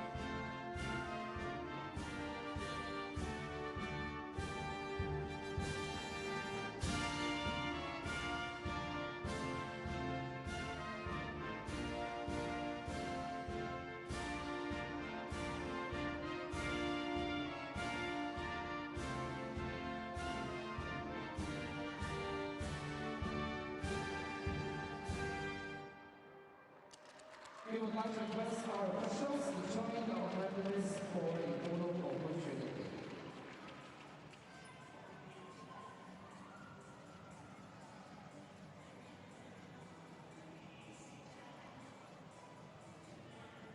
The medalists in the men's parallel bars competition at the Aspire Dome and the Doha World Cup.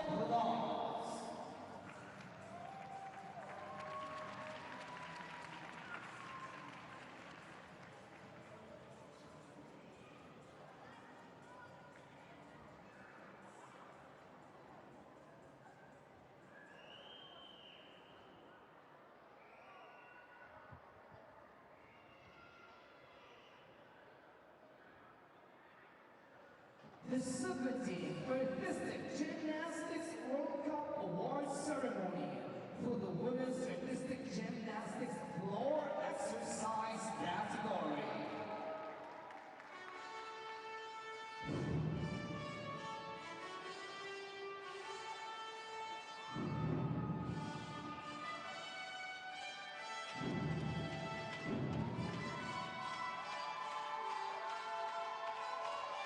The victory ceremony for the women's floor competition at the Doha World Cup.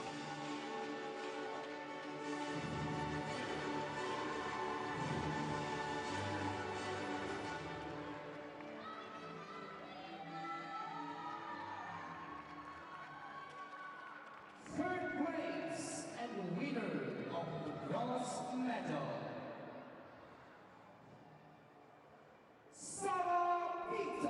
From Hungary. Winning the bronze medal, Sara Petter of Hungary. Just the second time that she's been on a World Cup podium. And it's been a long wait for her since 2019 to reappear. She's earned this one, really earned it with hard work and with an excellent performance on the day. The same score as the silver medalist, but separated by execution.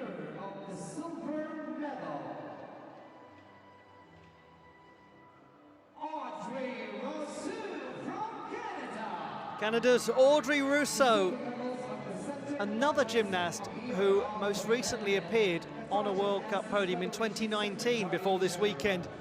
She leaves with a bronze medal from yesterday and a silver medal today. A fabulous performance, so artistic, so memorable, and so richly deserved, that second place finish.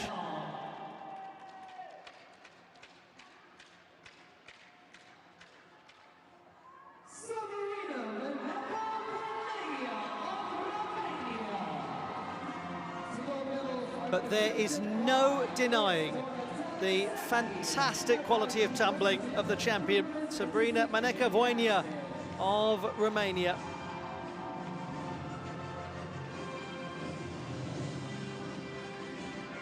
She wins in Doha once again, as she did on her senior international debut in 2023. And they are thrilled, her many fans.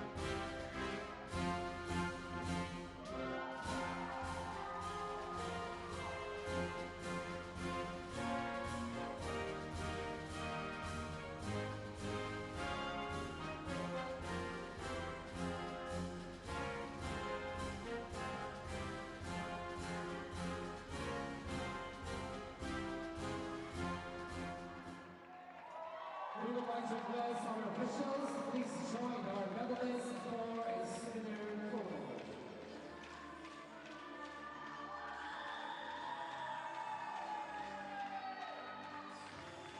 The medalists in the women's floor competition at the Doha World Cup.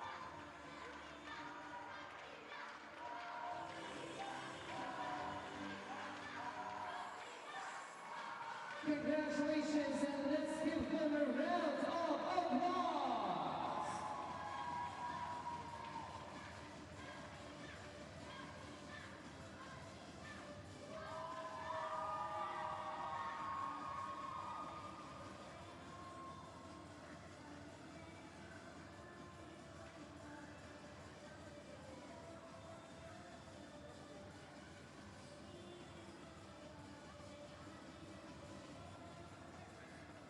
The 17th Artistic Gymnastics World Cup Award Ceremony for the men's artistic gymnastics horizontal bar category.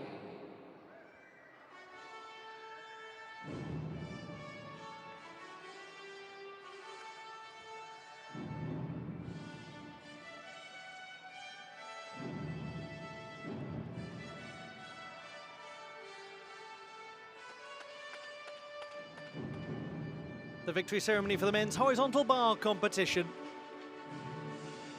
The setting is the Aspire Dome in Doha, Qatar.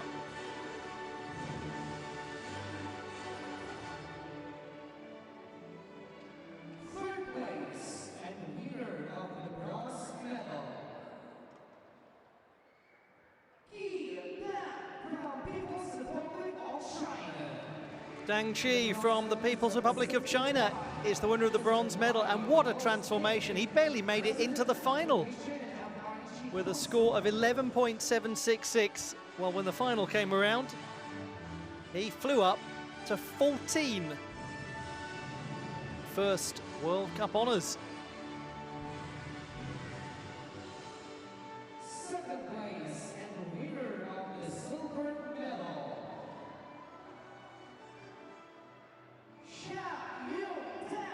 from Chinese Taipei. Had it not been for a lot of steps on the dismount, he would be the champion. This is a big routine from Tang Chia-hung, a 6.5 for difficulty. It's going to be a joy watching that evolve over the course of the season. For now, it's silver for Tang Chia-hung. More to come, one imagines. Much more to come.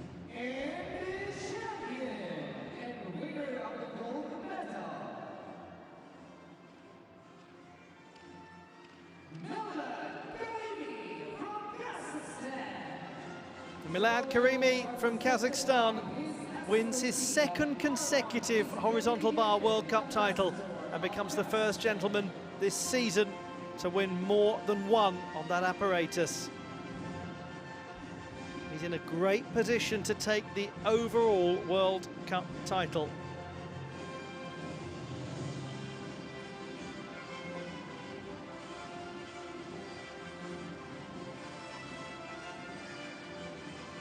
We'll have the national anthem now of Kazakhstan. Please all stand for the singing of the national anthem of Kazakhstan.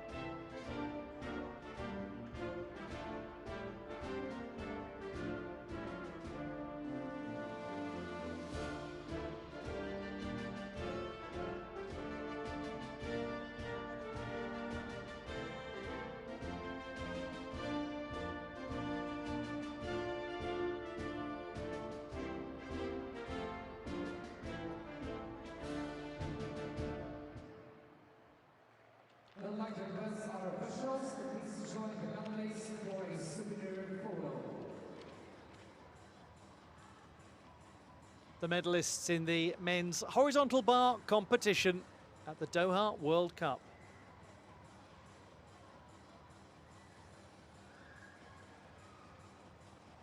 Thank you so much, and once again, let's give them a round of applause. 2 gold medals this weekend for Milad Karimi as well. What an accomplishment. And we look back at how Milad Karimi secured the horizontal bar title, the final title of this weekend of action in the Apparatus finals portion of the Doha World Cup. It's been a great pleasure having your company for all of the action from Doha, from the Aspire Dome. It's onwards now to the last World Cup event of the season, where the overall series winners will be crowned, and he will certainly be in contention. Cairo awaits next weekend. Time to see who'll be at the top of the pyramid. Until then, it's goodbye.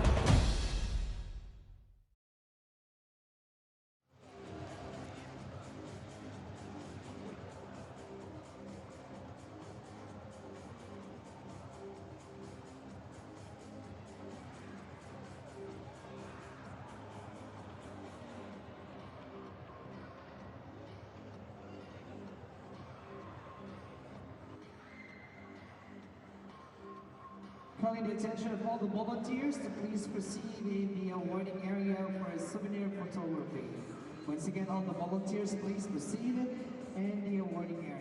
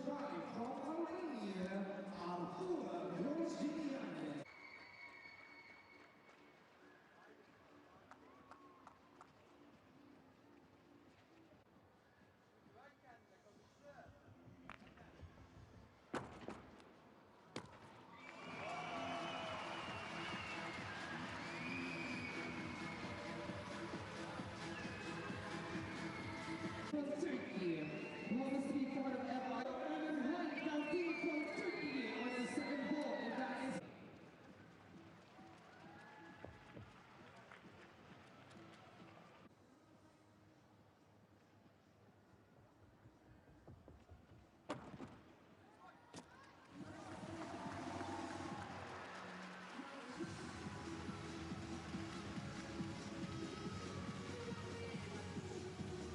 ladies and gentlemen, that is a very good performance this quarter of the Doha Champion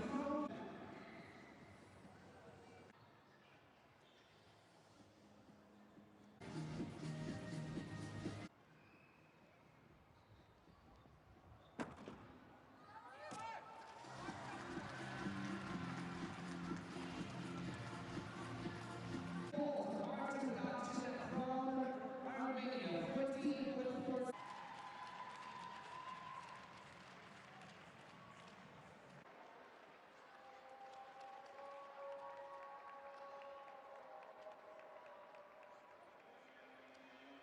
To Doha Artistic Gymnastics. Good. Execution judge point.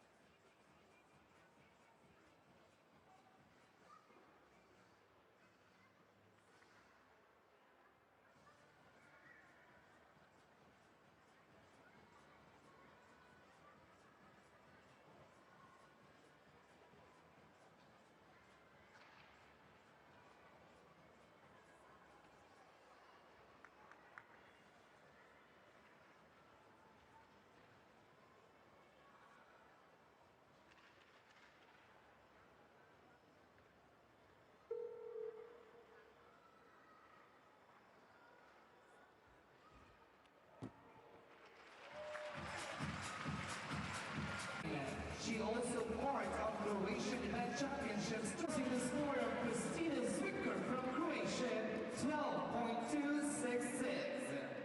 And I think Croatia, Tina Zupke.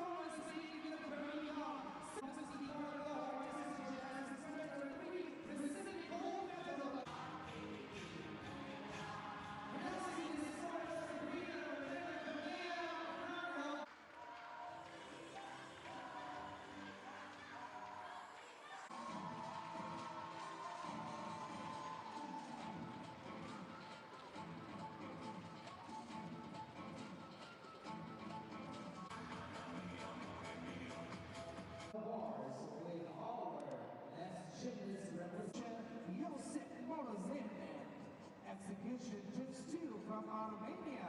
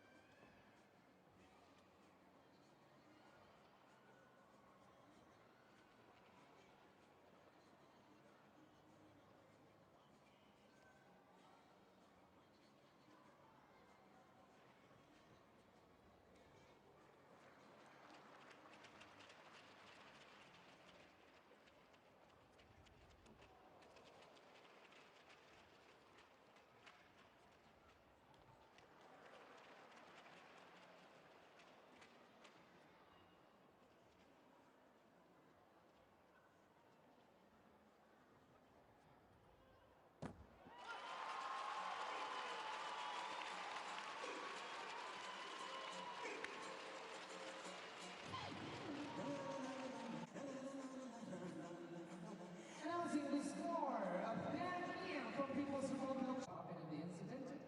Now let's move, ladies and gentlemen, to our next.